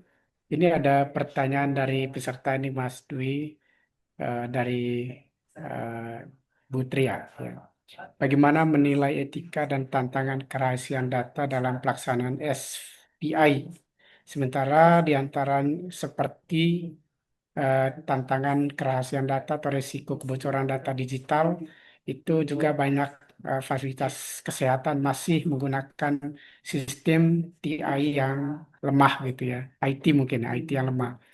Kemudian juga data yang bocor dapat berdampak besar terutama pada LSL, transpuan, pekerja seks dan juga penasul ini ada di dalam chatroom. Eh, Mungkin Mas Dwi bisa merespon ini. Baik, terima kasih untuk Kak Tria. Terkait dengan kerahasiaan data untuk SWI yang muncul di Google Trends ini sebenarnya hanya memunculkan angka dari eh, berdasarkan variabel waktu dan juga wilayah gitu. Jadi tidak memunculkan siapa yang menggunakan PrEP, kemudian juga dari vaskes mana saja itu nggak akan kelihatan gitu. Jadi hanya jumlah pencarian terkait suatu informasi berdasarkan variabel waktu dan juga tempat atau wilayah gitu. Kalau misalnya terkait isu kerahasiaan data ini mungkin, iya betul, pencarian saja yang muncul. Kalau misalnya risiko terkait data bocor itu mungkin beda lagi case-nya. Jadi ketika kita mau mengadakan penelitian yang berbasis uptake PrEP di layanan, ya mungkin dari penelitinya itu supaya tidak menggunakan data pengguna untuk dipublikasi seperti itu. Itu sebenarnya. Kalau dari Google Trend-nya sendiri tidak akan memunculkan data spesifik itu. Iya. Terima kasih. Berarti melakukan analisis terkait dengan algoritmanya gitu kali Pak ya. Iya, Eh, bisa. Ya, oke, Pak, saya mau tanya nih tadi, Mas Dwi, soal penyebaran informasi tadi gitu ya, yang juga kita lihat tadi eh, itu terkonsentrasi di Jawa dalam proses pencarian informasi terkait kata kunci, dan juga ada di beberapa Kalimantan, wilayah di Sumatera dan juga di Bali tadi ya, itu yang menjadi fokus, dan juga di beberapa kota juga di Sulawesi tadi. Nah, tapi juga ada yang masih warna white gitu ya, putih gitu ya. Artinya proses pencarian informasi itu juga tidak tersebar secara meluas di beberapa kota di Indonesia. Nah, mungkin jadi pertanyaan saya kira-kira eh, platform apa yang mungkin mereka gunakan untuk mencari informasi terkait PrEP, terutama yang ada di tadi di beberapa daerah yang juga tidak muncul dalam proses pencarian informasi terkait PrEP ini. Baik, terima kasih Kak John. Jadi kita tahu ya Indonesia ini sangat multicultural sekali. Tidak bisa dipungkiri juga asal informasi pasti akan berbeda-beda setiap orangnya, setiap wilayahnya, karena dari penerimaan juga akan pasti akan sangat berbeda. Namun, setahu saya, untuk semua usia, Google, Instagram, Facebook, tiga ini masih menjadi top 3 untuk sumber media atau sumber informasi yang bisa digunakan masyarakat. Dan saya rasa kalau misalnya mereka yang sudah pada usia dewasa atau tua itu pasti sangat gencar mencari informasi di Facebook atau sosial media. Kalau misalnya kita lihat orang tua kita mungkin masih akan mencari validasi ke orang lain atau misalnya anak-anak terdekatnya. Tapi kalau kita misalnya yang eh, lebih muda atau dari kaum akademisi, tenaga kesehatan, itu pasti bisa mencari kesehatan secara mandiri di kanal-kanal yang resmi seperti itu. Itu sih Kak. Baik, Mas Dwi, terima kasih untuk responnya. Bapak Ibu mungkin masih ada yang ingin bertanya, silakan. Silakan raise hand atau langsung eh, di chat di chat room ini ya. Silakan kalau masih ada. Oke, ini muncul satu pertanyaan. Apakah ada analisa dari penelitian tentang PrEP masih kurang sebagai kata pencarian informasi terkait pencegahan HIV karena PrEP ini masih berbayar? Itu pertanyaan dari Pak Haris Faisal. Silakan Mas Dwi. Ya, menarik sekali Kak Haris. Jadi, tapi dalam studi yang saya lakukan ini belum ada menjurus alasan kenapa misalnya pencarian PrEP itu kurang. Salah satunya mungkin karena masih berbayar. Tapi poin pentingnya adalah ini kan masih bisa dibilang inovasi. Juga juknis yang dikeluarkan tuh terbaru tuh tahun 2023, which is 2 tahun lalu. Dan belum semua PDP itu menyediakan PrEP. Ya, jadi hanya beberapa tempat yang menyediakan PrEP secara gratis. Bahkan beberapa fasilitas pun menyediakan PrEP secara berbayar dan harganya memang lumayan gitu. Tapi analisis ini tuh yang poin pentingnya adalah seberapa besar sih minat daring dari masyarakat terhadap PrEP ini gitu. Jadi nanti ke depannya mungkin bisa kita lakukan analisis gitu. Jadi membandingkan dengan uptake di layanan dan juga bisa survei di layanan-layanan penyedia PrEP tentang apa sih alasan mereka untuk menggunakan PrEP dan tidak menggunakan PrEP. Tentu saya yakin dari mereka yang mengakses layanan HIV itu tidak semuanya mengakses PrEP. Bahkan saya pernah baca penelitian yang di Bali itu hanya sebagian 53,7% yang menggunakan PrEP. Jadi kita perlu cari tahu nih dari sebagiannya lagi itu kenapa mereka nggak akses PrEP gitu. Itu sih. Terima kasih Kak Haris.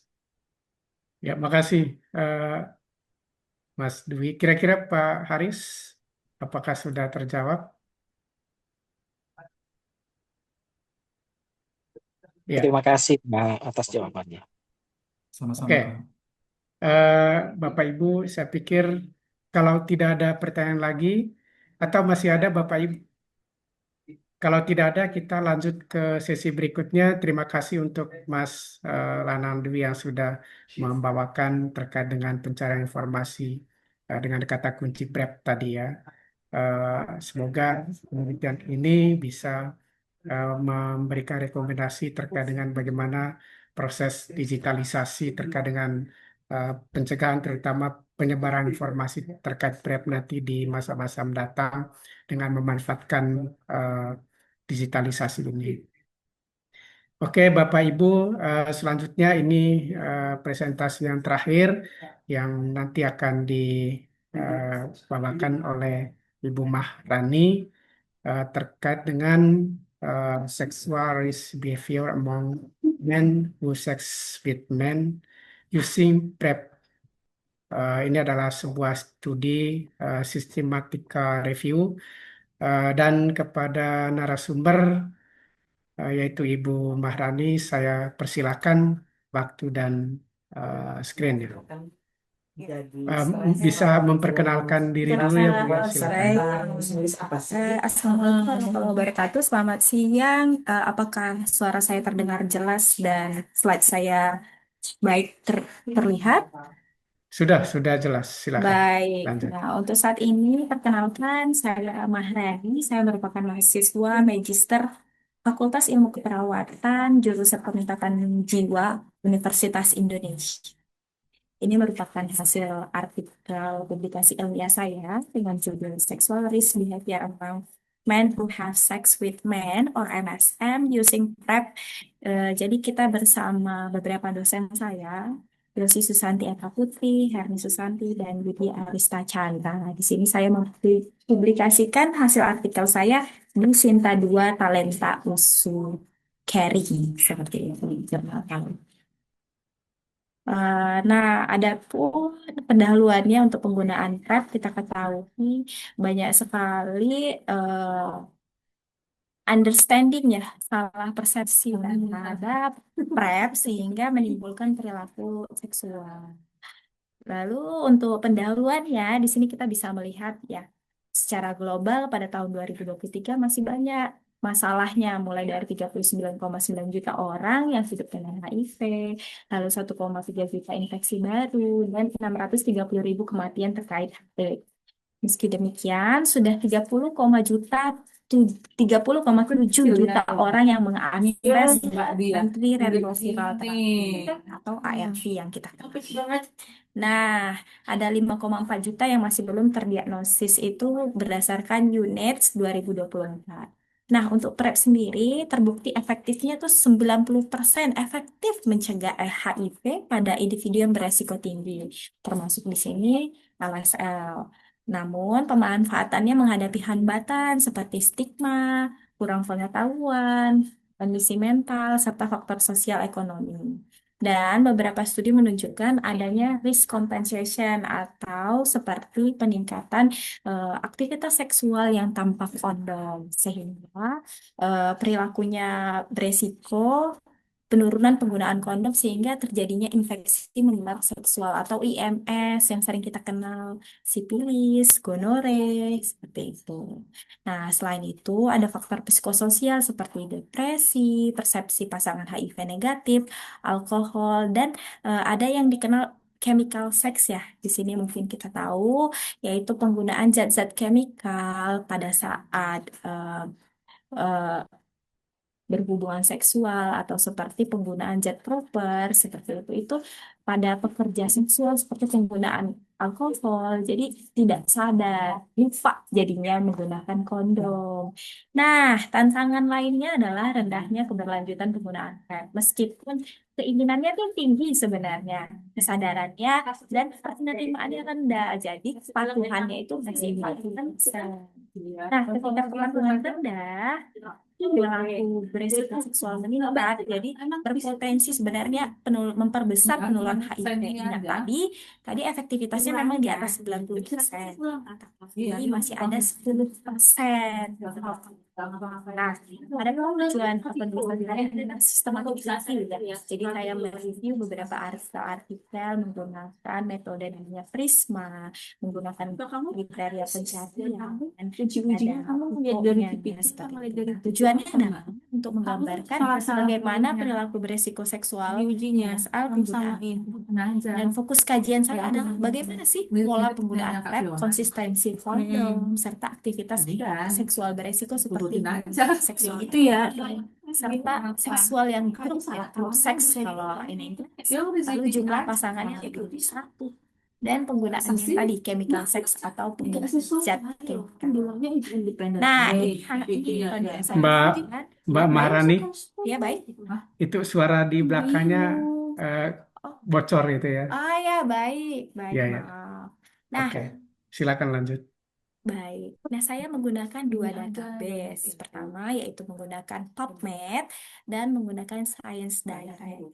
Dari PubMed saya mendapatkan 111 artikel. Yang Science Direct saya mendapatkan 474. Nah, di sini saya screening, ternyata ada yang duplikat.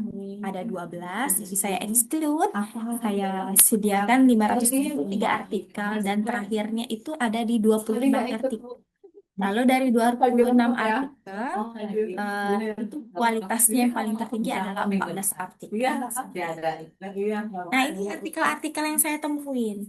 Semua artikel yang 14 yang dengan kualitas tinggi tersebut, dari mulai McGregor 2021, terdapat 61,9% LSL yang lebih senang jadi saat penggunaan PrEP itu tidak menggunakan kondom dan ada salah persepsi jadi seperti udah aman gitu menggunakan PrEP, padahal kita ketahui ada penyakit lain ketika tidak menggunakan kondom seperti infeksi menular seksual. Nah, ini beberapa artikelnya, ada juga yang dia perilakunya itu grup seks, ada penggunaan chemical, lalu multiple partner yang lebih dari satu seperti itu.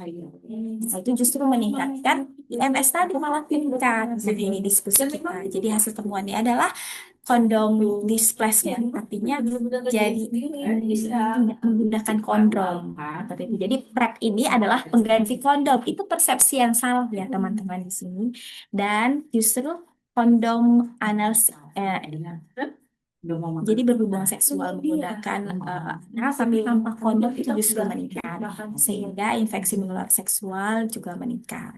Nah, kesimpulannya adalah memang benar PrEP terbukti efektif, tapi kita butuh integrasi edukasi kondom. Jadi saat teman-teman mungkin ada yang di bidang pelayanan, tetap ditingkatkan kembali bagaimana kita mengedukasi bahwa PrEP memang efektif mencegah HIV. Namun, kita sadari bagaimana screening IMS dan dukungan psikososial juga perlu kita tingkatkan. Jadi, para rekan-rekan komunitas LSL ini paham betul apa fungsi PrEP dan bagaimana cara penggunaannya. Nah, perluas akses PrEP, intervensi holistik sosial budaya dan mengurangi MS pada komunitas LSL. Nah, ini sangat penting sekali untuk mendukung 2030 ya kita bebas seperti itu. Tidak ada penambahan kasus baru. Nah, ini daftar pustaka saya, boleh di-scan. Lalu jika ada pertanyaan, nah ini biodata saya, boleh. Jika ada yang kurang jelas, boleh hubungi saya di nomor WA dan Gmail saya. Dan ini saya persembahkan untuk komunitas LSL. Saya merupakan awardee beasiswa unggulan yang dibiayai sama pemerintah, dan dengan berbagi ilmu sharing seperti ini saya mengaplikasikan dan teman-teman bisa berbagi ilmu seperti itu. Terima kasih Pak John. Saya kembali. Baik, terima kasih Mbak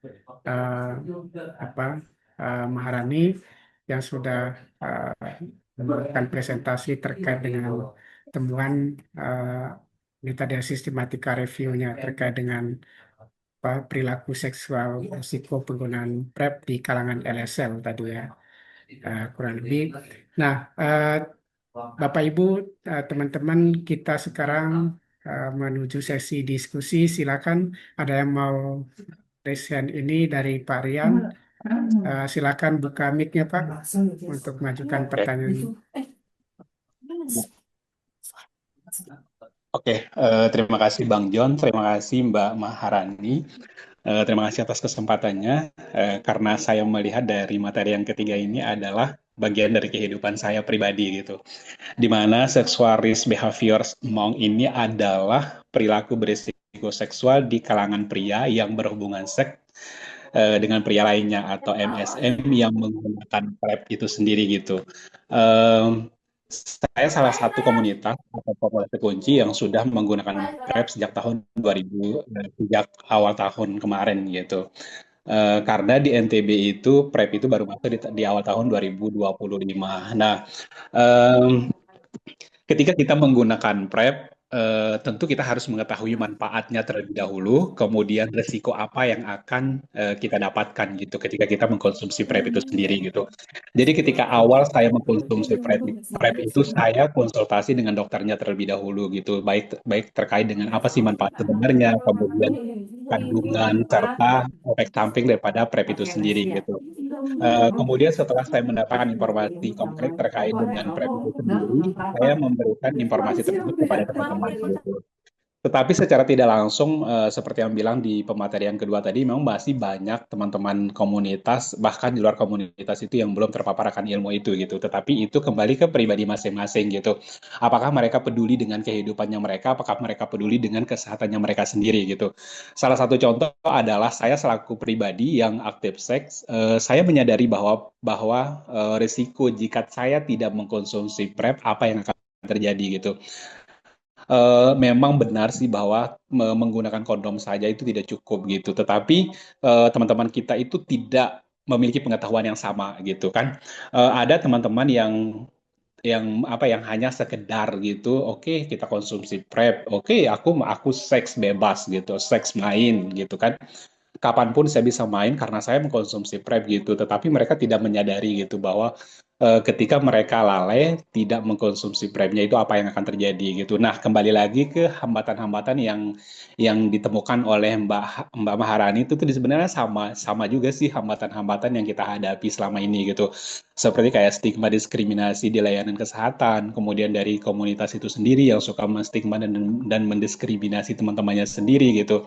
Ketika kita datang ke layanan kesehatan mengkonsumsi PrEP itu stigma tersebut masih ada gitu. Padahal sebenarnya kan layanan kesehatan masyarakat itu sudah dilatih untuk bagaimana menerima dan menghargai komunitas itu sendiri gitu. Nah, kemudian aktivitas seksual kembali ke pribadi kita sendiri gitu. Jika kita aktif melakukan hubungan seksual, ya kita harus menyadari bahwa kesehatan kita lah yang akan menjadi resiko dari semua itu gitu. Nah, kemudian pengetahuan seperti yang saya bilang tadi, memang pengetahuan seseorang itu berbeda-beda terkait dengan informasi yang mereka dapatkan. Jika mereka peduli dengan kesehatannya, maka mereka akan mencari informasi tersebut. Gitu. Seperti pada awalnya dulu kan ketika adanya PrEP itu kita khawatir gitu akan resiko daripada PrEP ini gitu. Jika kita konsumsi karena kita kan dianjurkan untuk tetap mengkonsumsi dalam jangka waktu yang ya seumur hidup lah gitu sama kayak ARV gitu. Padahal kan kalau kita melihat ke diri kita sendiri ya udah aku sehat-sehat aja gitu kan, tanpa mengkonsumsi PrEP aku tetap memakai kondom ya udah aku sehat aja gitu. Nah, em, aku ada sebenarnya banyak sih pertanyaanku terkait dengan ini karena ini terkait dengan kehidupan pribadi saya sendiri gitu. Nah, tapi aku mencoba untuk merangkum dalam beberapa pertanyaan. Seperti yang pertama, kalau kita melihat dari penggunaan PrEP itu sendiri gitu, apakah penggunaan PrEP membuat sebagian daripada MSM menjadi lebih berani melakukan perilaku seksual beresiko? Karena kalau dulu tidak ada PrEP, mungkin orang-orang berpikir bahwa aku nggak berani melakukan hubungan seksual karena takut nanti ada penularan ini, penularan itu gitu. Tapi setelah mereka mengkonsumsi PrEP, apakah ada perubahan pemikiran itu gitu? Nah, kemudian yang kedua, bagaimana persepsi pengguna pengguna PrEP itu sendiri terhadap risiko HIV setelah mereka rutin minum PrEP gitu? Karena begini, Mbak, saya dulu itu sebelum mengkonsumsi PrEP ya udah biasa aja gitu, pakai kondom udah biasa aja gitu. Tapi setelah menggunakan PrEP ya udah sama aja gitu, toh juga prep cuman mengantisipasi gitu. Itu yang ada di benak saya gitu. Tapi nggak tahu sih dari kajian sistematiknya itu apakah ada temuan-temuan yang berbeda gitu. Entah ada penelitian di tahun 2025 yang menjelaskan tentang itu gitu. Kemudian yang mendorong MSM tetap melakukan seks tanpa kondom meskipun sudah menggunakan PrEP itu apa sebenarnya gitu. Oke, itu aja sih Mbak Maharani, rangkuman saya dari materi yang Mbak sampaikan. Terima kasih, saya kembalikan.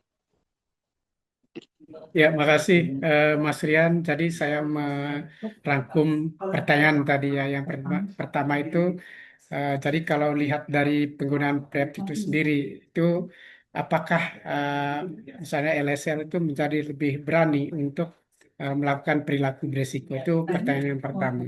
Terus yang kedua tadi adalah bagaimana persepsi penggunaan PrEP terhadap HIV itu sendiri setelah mereka menggunakan PrEP ya. Terus yang ketiga, kira-kira apa yang mendorong teman-teman LSL ini untuk tetap melakukan perilaku beresiko meskipun ya ketika mereka tahu bahwa PrEP itu adalah bisa melindungi diri. Kurang lebih itu 3 pertanyaan yang dijawab. Silakan Mbak Marani.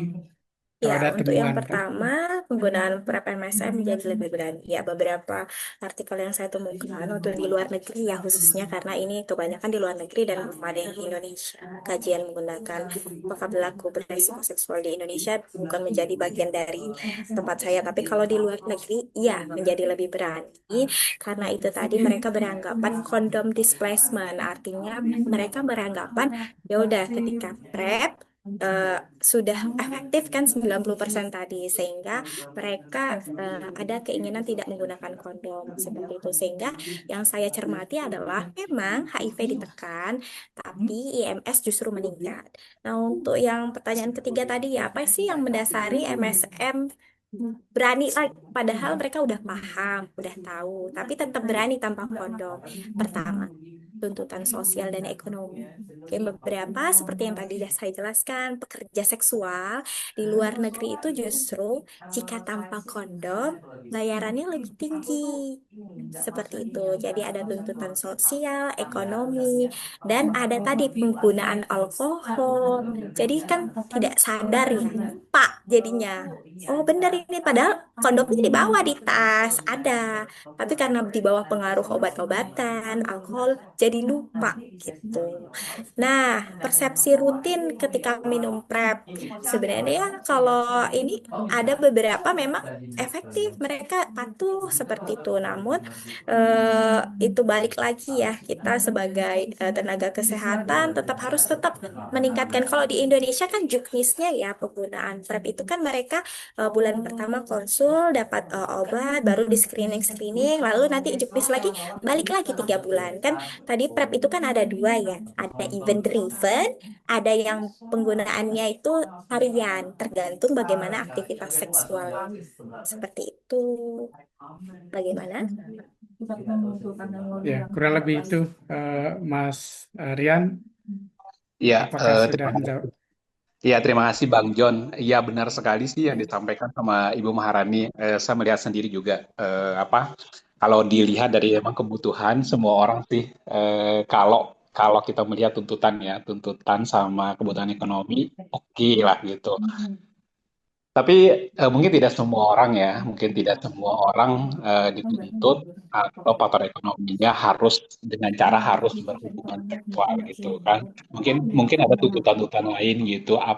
Seperti yang saya bilang itu kan apakah itu tuntutan karena memang kebutuhan fisik ya kan, kebutuhan fisik atau kebutuhan seseorang gitu. Itu sih yang saya maksudkan gitu. Tapi kalau kebutuhan ekonomi oke, kebutuhan lain sih iya gitu. Biologis.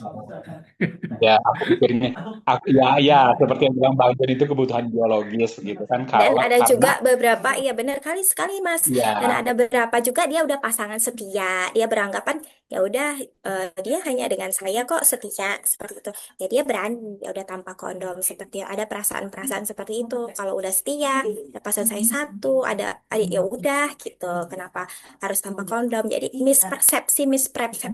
Padahal kan kita ketahuin lagi, misalnya dia merasa pasangannya bakal setia, tapi kan who knows? Who knows di luar apakah memiliki pasangan tadi ya lebih dari satu seperti itu. Oke. Ya, baik, makasih Mas Rian sama Mbak Mahrani. Ini juga ada yang mau tanya, yang raise hand dulu. Mas Adat, silakan untuk langsung bertanya kepada Mbak Mahrani. Oke, selamat siang jelang sore ya. Apakah suara saya terdengar? Jelas. Terdengar, Ya. Mas. Ya, jelas. Silakan. Oke, terima kasih. Aku ada beberapa pertanyaan, tapi sebelum ke pertanyaan mungkin ada saran juga sih ya kepada seluruh semua yang peserta yang ada. Misalnya ini kan bentuk juga dari campaign tentang penurunan stigma dan diskriminasi untuk teman-teman populasi kunci yang ada di layanan. Ketika misalnya masih tingginya stigma dan diskriminasi di layanan untuk teman-teman komunitas. Nah, lebih spesifik lagi layanan mana yang masih ada stigma. Jadi ketika misalnya disebutkan misalnya daerah sini atau misalnya Jakarta gitu, puskesmas ini langsung kita advokasi kenapa di sini masih ada. Nah, jika misalnya di dalam penelitian juga harus disertakan bahwa ketika misalnya ada stigma, jadi lebih nggak bias gitu. Misalnya masih ada stigma di layanan kesehatan, tapi kita nggak tahu nih layanan kesehatan yang mana yang dimaksud gitu ya. Misalnya kalau lebih spesifik kan kita langsung advokasi. Itu kan bagian dari penurunan stigma dan diskriminasi juga gitu ya. Oke, pertanyaan ke lainnya, aku dari tadi sih nggak dengar bahwa dalam penelitian-penelitian yang ada tentang PrEP ini juga dimunculkan atau dibunyikan tentang kesediaan pemerintah untuk pengadaan PrEP. Misalnya di daerah, kenapa sih pemerintah itu tidak serentak gitu, seluruh Indonesia ada setiap layanan PDP gitu. Atau kenapa sih cuma layanan-layanan yang ada di Jakarta pun cuma hanya yang banyak yang akses ARV. Tentu kalau banyak ARV yang akses pasti pasangannya juga banyak. Jadi di situ akhirnya ditentukan bahwa dia nih akan bagus ketika misalnya PrEP itu ada. Nah, ini juga sebenarnya harus juga diketahui bahwa kenapa pemerintah hanya sebagian-sebagian saja, daerah-daerah tertentu saja.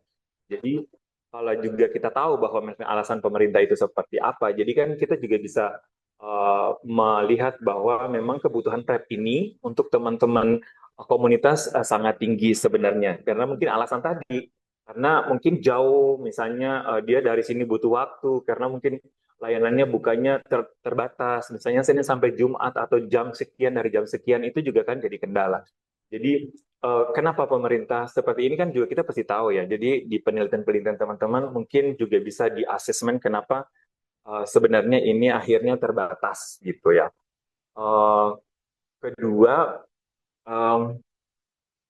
Yang kedua kenapa ini menjadi polemik juga, kenapa kita nih sebagai orang yang paham tentang isu HIV, kenapa tidak kita seiring atau misalnya campaign tentang penggunaan kondom saja atau penggunaan PrEP gitu kan, misalnya kalau double protect itu juga kan kadang ada yang mau, kadang juga ada yang enggak, malah kadang tidak sama sekali. Aku sih lebih setuju tentang kita meningkatkan tentang campaign penggunaan kondom saja, tidak pada PrEP. Karena mungkin tadi efek samping, penggunaan jangka panjang sama dengan ARV gitu-gitu ya.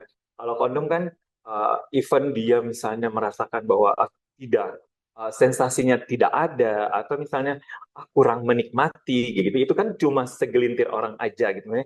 Itu juga bisa dipetakan berapa orang sih sebenarnya yang memang dia menggunakan kondom dan dia menganggap bahwa kondom itu sensasinya kurang atau misalnya kenikmatannya berkurang dibanding dengan menggunakan kondom.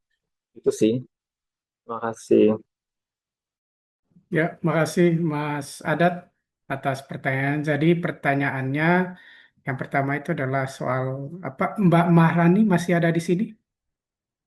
Masih ada tadi saya Oh, terlempar oke. karena menggunakan device yang lain. Sekarang sudah menggunakan device. Oke, jadi ada dua pertanyaan yang tadi disampaikan oleh Mas Adat. Yang pertama, misalnya, eh, jadi beliau belum mendengar terkait dengan kesediaan pemerintah itu untuk mengadakan PrEP gitu ya, di di tiap pelayanan itu sendiri. Itu yang pertama. Kemudian yang kedua itu, kenapa kita tidak hanya mengkampanyekan tentang PrEP saja atau tentang kondom saja itu ya. Itu mungkin yang menjadi dasar pertanyaan dari Mas Adat. Ya, terima kasih. Silakan untuk Ya, jawab. terima kasih sekali atas pertanyaannya. Nah, bagus sekali ya. Tadi saya concern bagaimana stigma. Nah, bagus tuh jika ada stigma langsung kita tanggapi agar tidak berlarut-larut dan tidak bias seperti itu. Nah, tadi ya, mengapa pemerintah ini nggak fokus nih kesediaan? Dia balik lagi ya. Kita sampai sekarang kalau untuk PrEP itu masih di-support ya dari USAID untuk anggaran dananya dan kita dapat bantuan. Nah, kita ketahui sekali ya di sini udah ramai kayaknya sudah tahu bahwa Trump menarik semua dana bantuannya dari USAID sehingga untuk ada beberapa yang terhambat. Nanti mungkin kita advokasi lagi melalui mungkin anggota dewan, di sini ada yang anggota dewan. Bagaimana untuk anggaran PrEP itu dipertinggi. Nah, beberapa daerah memang di luar negeri, yang masuk Malaysia, Singapura, memang beberapa itu sudah dibiarkan mereka mandiri karena ya itu tadi ya terkait dana. Nah, bagaimana pemerintah fokus ini perlu kita advokasi terus. Nah, tadi bagaimana kalau enggak kita idenya ya udah kondom aja gitu ya. Nah, untuk kondom aja sebenarnya lebih bagusnya kan kita mau eliminasi di 2030 bahwa PrEP tetap dikombinasikan dengan kondom seperti itu. Nah, untuk jenis PrEP tadi kan kita ada ya dari Kemenkes bahwa emang kalau emang udah dalam setahun dia tidak ada, misalnya udah tidak ada nih lagi berhubungan seksual lagi seperti itu kan. Nah, itu bisa dikonsultasikan lagi untuk berhenti seperti itu. Misalnya dia udah cek, dia udah penggunaan selama setahun nggak ada lagi nih berhubungan, saya udah aman. Lalu dicek triangelnya setahun, per berapa tahun, udah aman, dia stop seperti itu. Dan beberapa untuk yang memastikan untuk stop itu kan efek samping. Ada beberapa kan efek sampingnya luar biasa ya untuk penggunaan PrEP seperti itu. Tapi nggak perlu khawatir, beberapa kalau dia udah beradaptasi bahkan eh, efek sampingnya tuh bahkan menurun seperti itu. Ya, kurang lebih itu Mas Adat. Apakah sudah menjawab pertanyaannya? Iya, em, iya, udah, udah baca. Thank you semua. Ya, makasih Mas Adat. You're Mas Adat dari welcome. YPJ ya Mas ya? Iya, dari forum. Oh, forum, oke. Ya, ini satu lagi Mbak Marani, pertanyaan dari peserta dari Bu Tria. Eh, yang pertama, apa yang membuat Mbak Marani ini tertarik untuk lebih spesifik meneliti dan memahami perilaku seksual pada kelompok LSM atau MSM? Terus kira-kira mengapa milih fokus hal tersebut gitu ya, dibandingkan dengan populasi kunci lainnya seperti transgender, kemudian juga pengguna nafsa suntik atau pekerja seks. Apakah ada temuan khusus atau urgensi tertentu yang mendorong pilihan topik tersebut? Itu pertanyaan yang ada di chatroom. Terus pertanyaan berikutnya terkait dengan biaya PrEP yang masih menjadi tantangan bagi banyak LSL, terutama mereka yang berada pada kondisi sosial ekonomi yang rentan. Bagaimana pandangan narasumber atau Mbak Maharani? Adakah strategi atau model pembiayaan yang realistis untuk memperluas akses PrEP bagi kelompok LSL yang termarginalkan? Ya. Kurang lebih pertanyaan ada dua, tetapi anaknya ada beberapa gitu ya pertanyaan. Silakan Baik, untuk kebetulan saya merupakan peminatan jiwa ya. Mungkin menarik ya. sekali kenapa sih orang jiwa peduli banget ya dengan PrEP, dengan LSL. Karena LSL itu merupakan populasi yang lumayan tinggi ketika dia sebagai penyumbang tadi yang untuk HIV tersebut.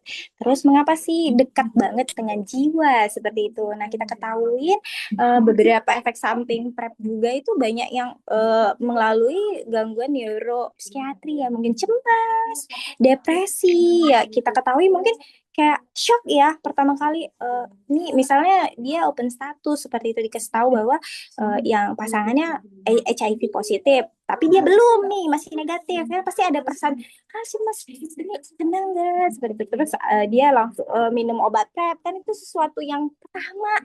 Nah itu sehingga ada perasaan cemas, depresi yang perlu kita tangani. Lalu untuk bagaimana sih yang model ya untuk biaya PrEP? Memang di Bali saya ketahui itu biaya PrEP untuk satu botolnya itu ya lumayan mahal, sampai 1,4 juta rupiah. Nah, bagaimana ketika saya juga berpikir ketika kita benar-benar lepas nih dari dana bantuan USAID, apakah itu tetap bisa konsisten gitu ya sampai di 2030, sampai benar-benar tujuan kita tercapai eliminasi HIV di 2030 seperti itu. Mungkin itu tadi advokasi kita bagaimana ke pemerintah agar memasukkan dana-dana anggarannya itu lebih fokus ke pencegahan. Mungkin itu nanti uangnya tadi ya dari negara dibelikan lah. Ya pasti luar negeri berharap kita pasti mandiri gitu kan. Tapi terlepas dari kondisi perekonomian Indonesia ya kita pasti tetap membutuhkan dana bantuan dari UNICEF. Ya, kurang lebih itu Ibu Tria menjawab beberapa pertanyaan dari Ibu Tria tadi ya. Apakah Iya. sudah menjawab pertanyaannya? Oke, makasih. Ya benar, untuk Jakarta free ya, obat PrEP free. Di daerah saya Ya. Banten free. Jadi untuk pertama kalinya itu sejarahnya PrEP itu di 2021 itu dia uji coba dulu nih di kabupaten, provinsi ya. Baru semakin lama meluas ya klinik PDP banyak gitu kan. Nanti harapannya seluruh Indonesia ada mudah dijangkau, dan harapan saya bagaimana nih kita di sini bisa seperti Malaysia, Singapura, akses PrEP-nya itu melalui service delivery online seperti. Jadi mengurangi stigma dari rumah order datang ya gitu. Ya, jadi aksesnya lebih mudah gitu ya ke komunitas. Itu kayak order barang itu bisa Iya. langsung delivery home gitu Iya, di nanti. Singapura, di Malaysia, di luar negeri udah seperti itu. Jadi service, jadi tanpa kayak stigma-stigma di layanan kesehatan itu mungkin bisa kita tekan seperti itu kan. Jadi dia tanpa khawatir, tanpa malu, udah datang tiba-tiba kurir paketnya ke rumah, dan untuk kerahasiaan privacy alamat terjaga semua. Oke, ini mungkin pertanyaan dari saya sendiri gitu ya. Eh, karena beberapa obat PrEP itu kan mungkin memang masih kita lihat gitu ya, masih eh, subsidi gitu ya. Atau juga karena kita juga terbantu dengan pendanaan-pendanaan luar. Nah, kira-kira apa yang mungkin dikhawatirkan ke depannya ketika misalnya PrEP ini tidak lagi yang kita terima sekarang itu gratis seperti juga di beberapa daerah lain gitu ya, Mbak. Nah, kira-kira antisipasi untuk hal ini kira-kira ke depannya seperti apa? Mungkin ada juga yang Antisipasinya mungkin gini Pak John, kalau untuk anggaran pemerintah perencanaan itu kan misalnya dia 2 tahun ke depan. Nah di sini kita pastiin dulu nih untuk stok 2 tahun ke depan sudah aman. Nah kita mulai dari sekarang nih 2026, ayo audiensi kita ke anggaran, ke anggota dewan untuk policy gitu. Jadi nanti pas Kemenq menjatahkan anggaran-anggaran itu ke bagian ke Kemenkes, dibuat itu anggarannya. Nah, untuk misalnya kita perencanaan di 2026, realisasinya nanti di 2028. Nah, kita perlu pastikan dari 2026 sampai 2028 stok aman untuk obat PrEP seluruh Indonesia.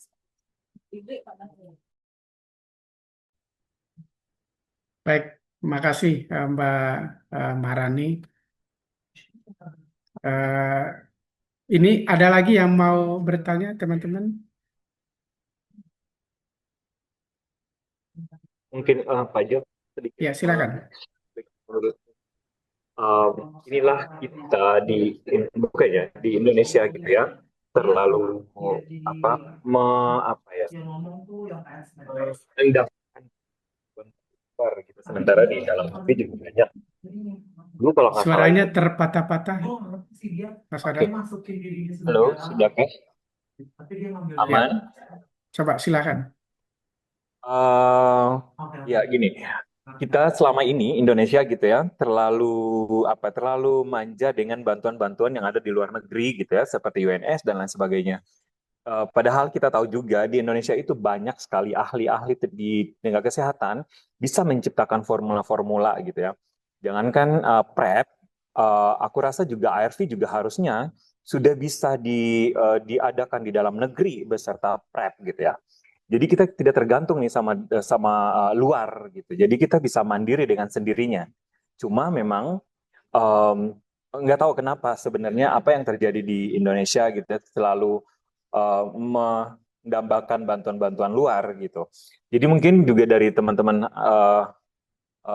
peneliti juga bisa melihat ini bahwa kenapa Indonesia itu selalu misalnya penanganan HIV-nya itu lebih sedikit berkurang dibanding misalnya lebih maju negara-negara misalnya tetangga-tetangga mereka lebih maju dan lebih cepat mandiri karena mungkin pemerintah mereka mendukung mensupport itu pengadaan-pengadaan obat-obatnya itu ada di dalam negeri mereka. Indonesia kan aku nggak tahu di Indonesia itu sudah adakah atau belum karena memang kelangkaan-kelangkaan PrEP dan ARV jangankan PrEP ya yang langka gitu ya yang kadang stoknya terbatas, PrEP awalnya dikasih 3 botol dalam untuk 3 bulan sekali datang, sekarang dijatah satu-satu sama dengan apa namanya ARV juga seperti itu, ada dikasih juga 3, akhirnya itu kan terjadi kelangkaan gitu ya. Kita juga nggak tahu ini sebenarnya posisinya ada di mana gitu. Jadi kita juga sama-sama melihat bahwa kita belum clear dengan situasi pemerintah kita. Bagaimana kita mengadvokasi juga pergantian-pergantian orang-orang di DPR juga kadang juga akhirnya menghambat ini terjadi. Mungkin tahun ini kita bisa advokasi dan jalan setengah, mungkin di 2029 terganti pimpinan lagi akan diadvokasi lagi. Itu yang jadi tantangan sih sebenarnya. Makasih. Baik, Mas Adat, terima kasih. Saya rasa Bapak Ibu di sini belum ada pertanyaan lagi, tapi saya coba. Oh ya, ada yang mau tanya lagi nih, Pak Rian. Pak Rian yang Bang John, raise hand, silakan. Ya. Iya, Bang John, aku ada satu ini sih yang melintas di benak saya gitu. Tadi ketika saya mendengarkan bahwa akses PrEP itu akan dipermudah mungkin untuk tahun 2026, 2028 itu, aku pikir itu menjadi suatu kendala sih karena kalau PrEP itu sementara kita mendapatkan obat PrEP atau PrEP ini 3 bulan sekali itu harus diperiksa terlebih dahulu gitu. Supaya kita ditahu gitu apakah kita itu non reaktif atau sudah reaktif. Jadi kalau untuk mendapatkan PrEP itu kita harus ke puskesmasnya terlebih dahulu sih Bang John. Kita diperiksa, kemudian hasilnya keluar, baru kita dikasih PrEP tersebut gitu. Kalau dibilang tadi mungkin kita bisa dapatkan dengan cara dikirimkan, terus bagaimana nanti untuk pemeriksaannya itu yang menjadi kendalanya Pak John. Itu aja. Ya, kalau sejauh ini memang pasti melalui screening ulang Pak ya, di puskesmas itu ya. Eh, Mungkin saya nggak tahu misalnya soal lewat online itu mungkin misalnya apa punya data, kemudian juga mereka tahu bahwa orang ini HIV, kemudian nggak tahu ya apakah harus ini lagi inisiasi awal itu mungkin tentu saja mungkin lewat layanan gitu ya. Jadi tidak hanya langsung ke online, orang butuh langsung langsung beratnya datang gitu ya. Itu juga menjadi eh, sesuatu yang menjadi pertimbangan juga kalau itu dilakukan di Indonesia, saya pikir itu ya. Mungkin ada pendapat lain dari apa teman-teman atau Ibu Mbak Mahrani di sini, karena tadi bicara tentang ini ya di beberapa negara. Mungkin ya itu tadi kita kemandirian di Indonesia juga untuk produksi. Tadi di chat itu ada loh kita pabrik ARV di Indonesia. Udah bagus banget, alhamdulillah punya 2 pabrik. Nanti mungkin itu lebih ditingkatkan agar kita mandiri, bukan negara yang bergantung pada negara lain seperti itu ya. Untuk bagaimana Indonesia ini focusing ke depan ini benar-benar fokus nggak ke HIV seperti itu. Ya, oke. Eh, Mas Rian masih mau menambahkan?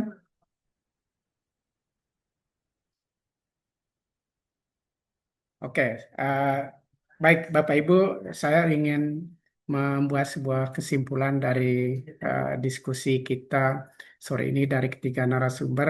Saya pikir tadi di awal kita bicara tentang eh, terkait perubahan perilaku penggunaan PrEP tadi dengan analisis trans theoretical model.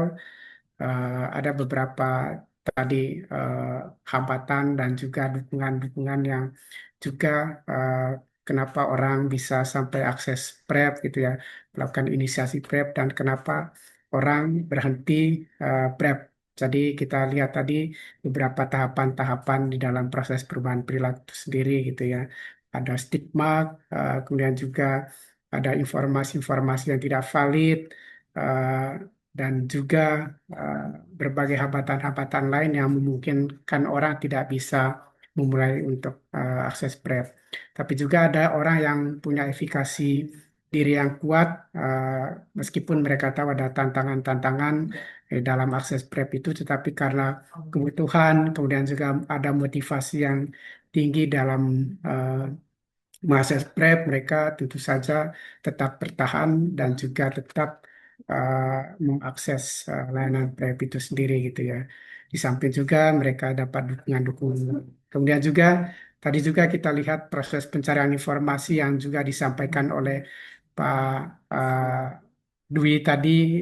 Yang kedua tadi adalah bagaimana penyebaran informasi dan proses pencarian informasi itu juga bisa dianalisis melalui Google Trends gitu ya, sehingga kita tahu informasi yang banyak dicari oleh komunitas yang menggunakan PrEP atau yang ingin mendapatkan PrEP itu juga tersebar di beberapa pulau, terutama di Pulau Jawa, Bali, kemudian juga ada di beberapa kota di Indonesia, di Kalimantan, Sulawesi gitu ya, dan juga Sumatera. Tapi informasi-informasi itu memang tidak tidak di bukan disebar.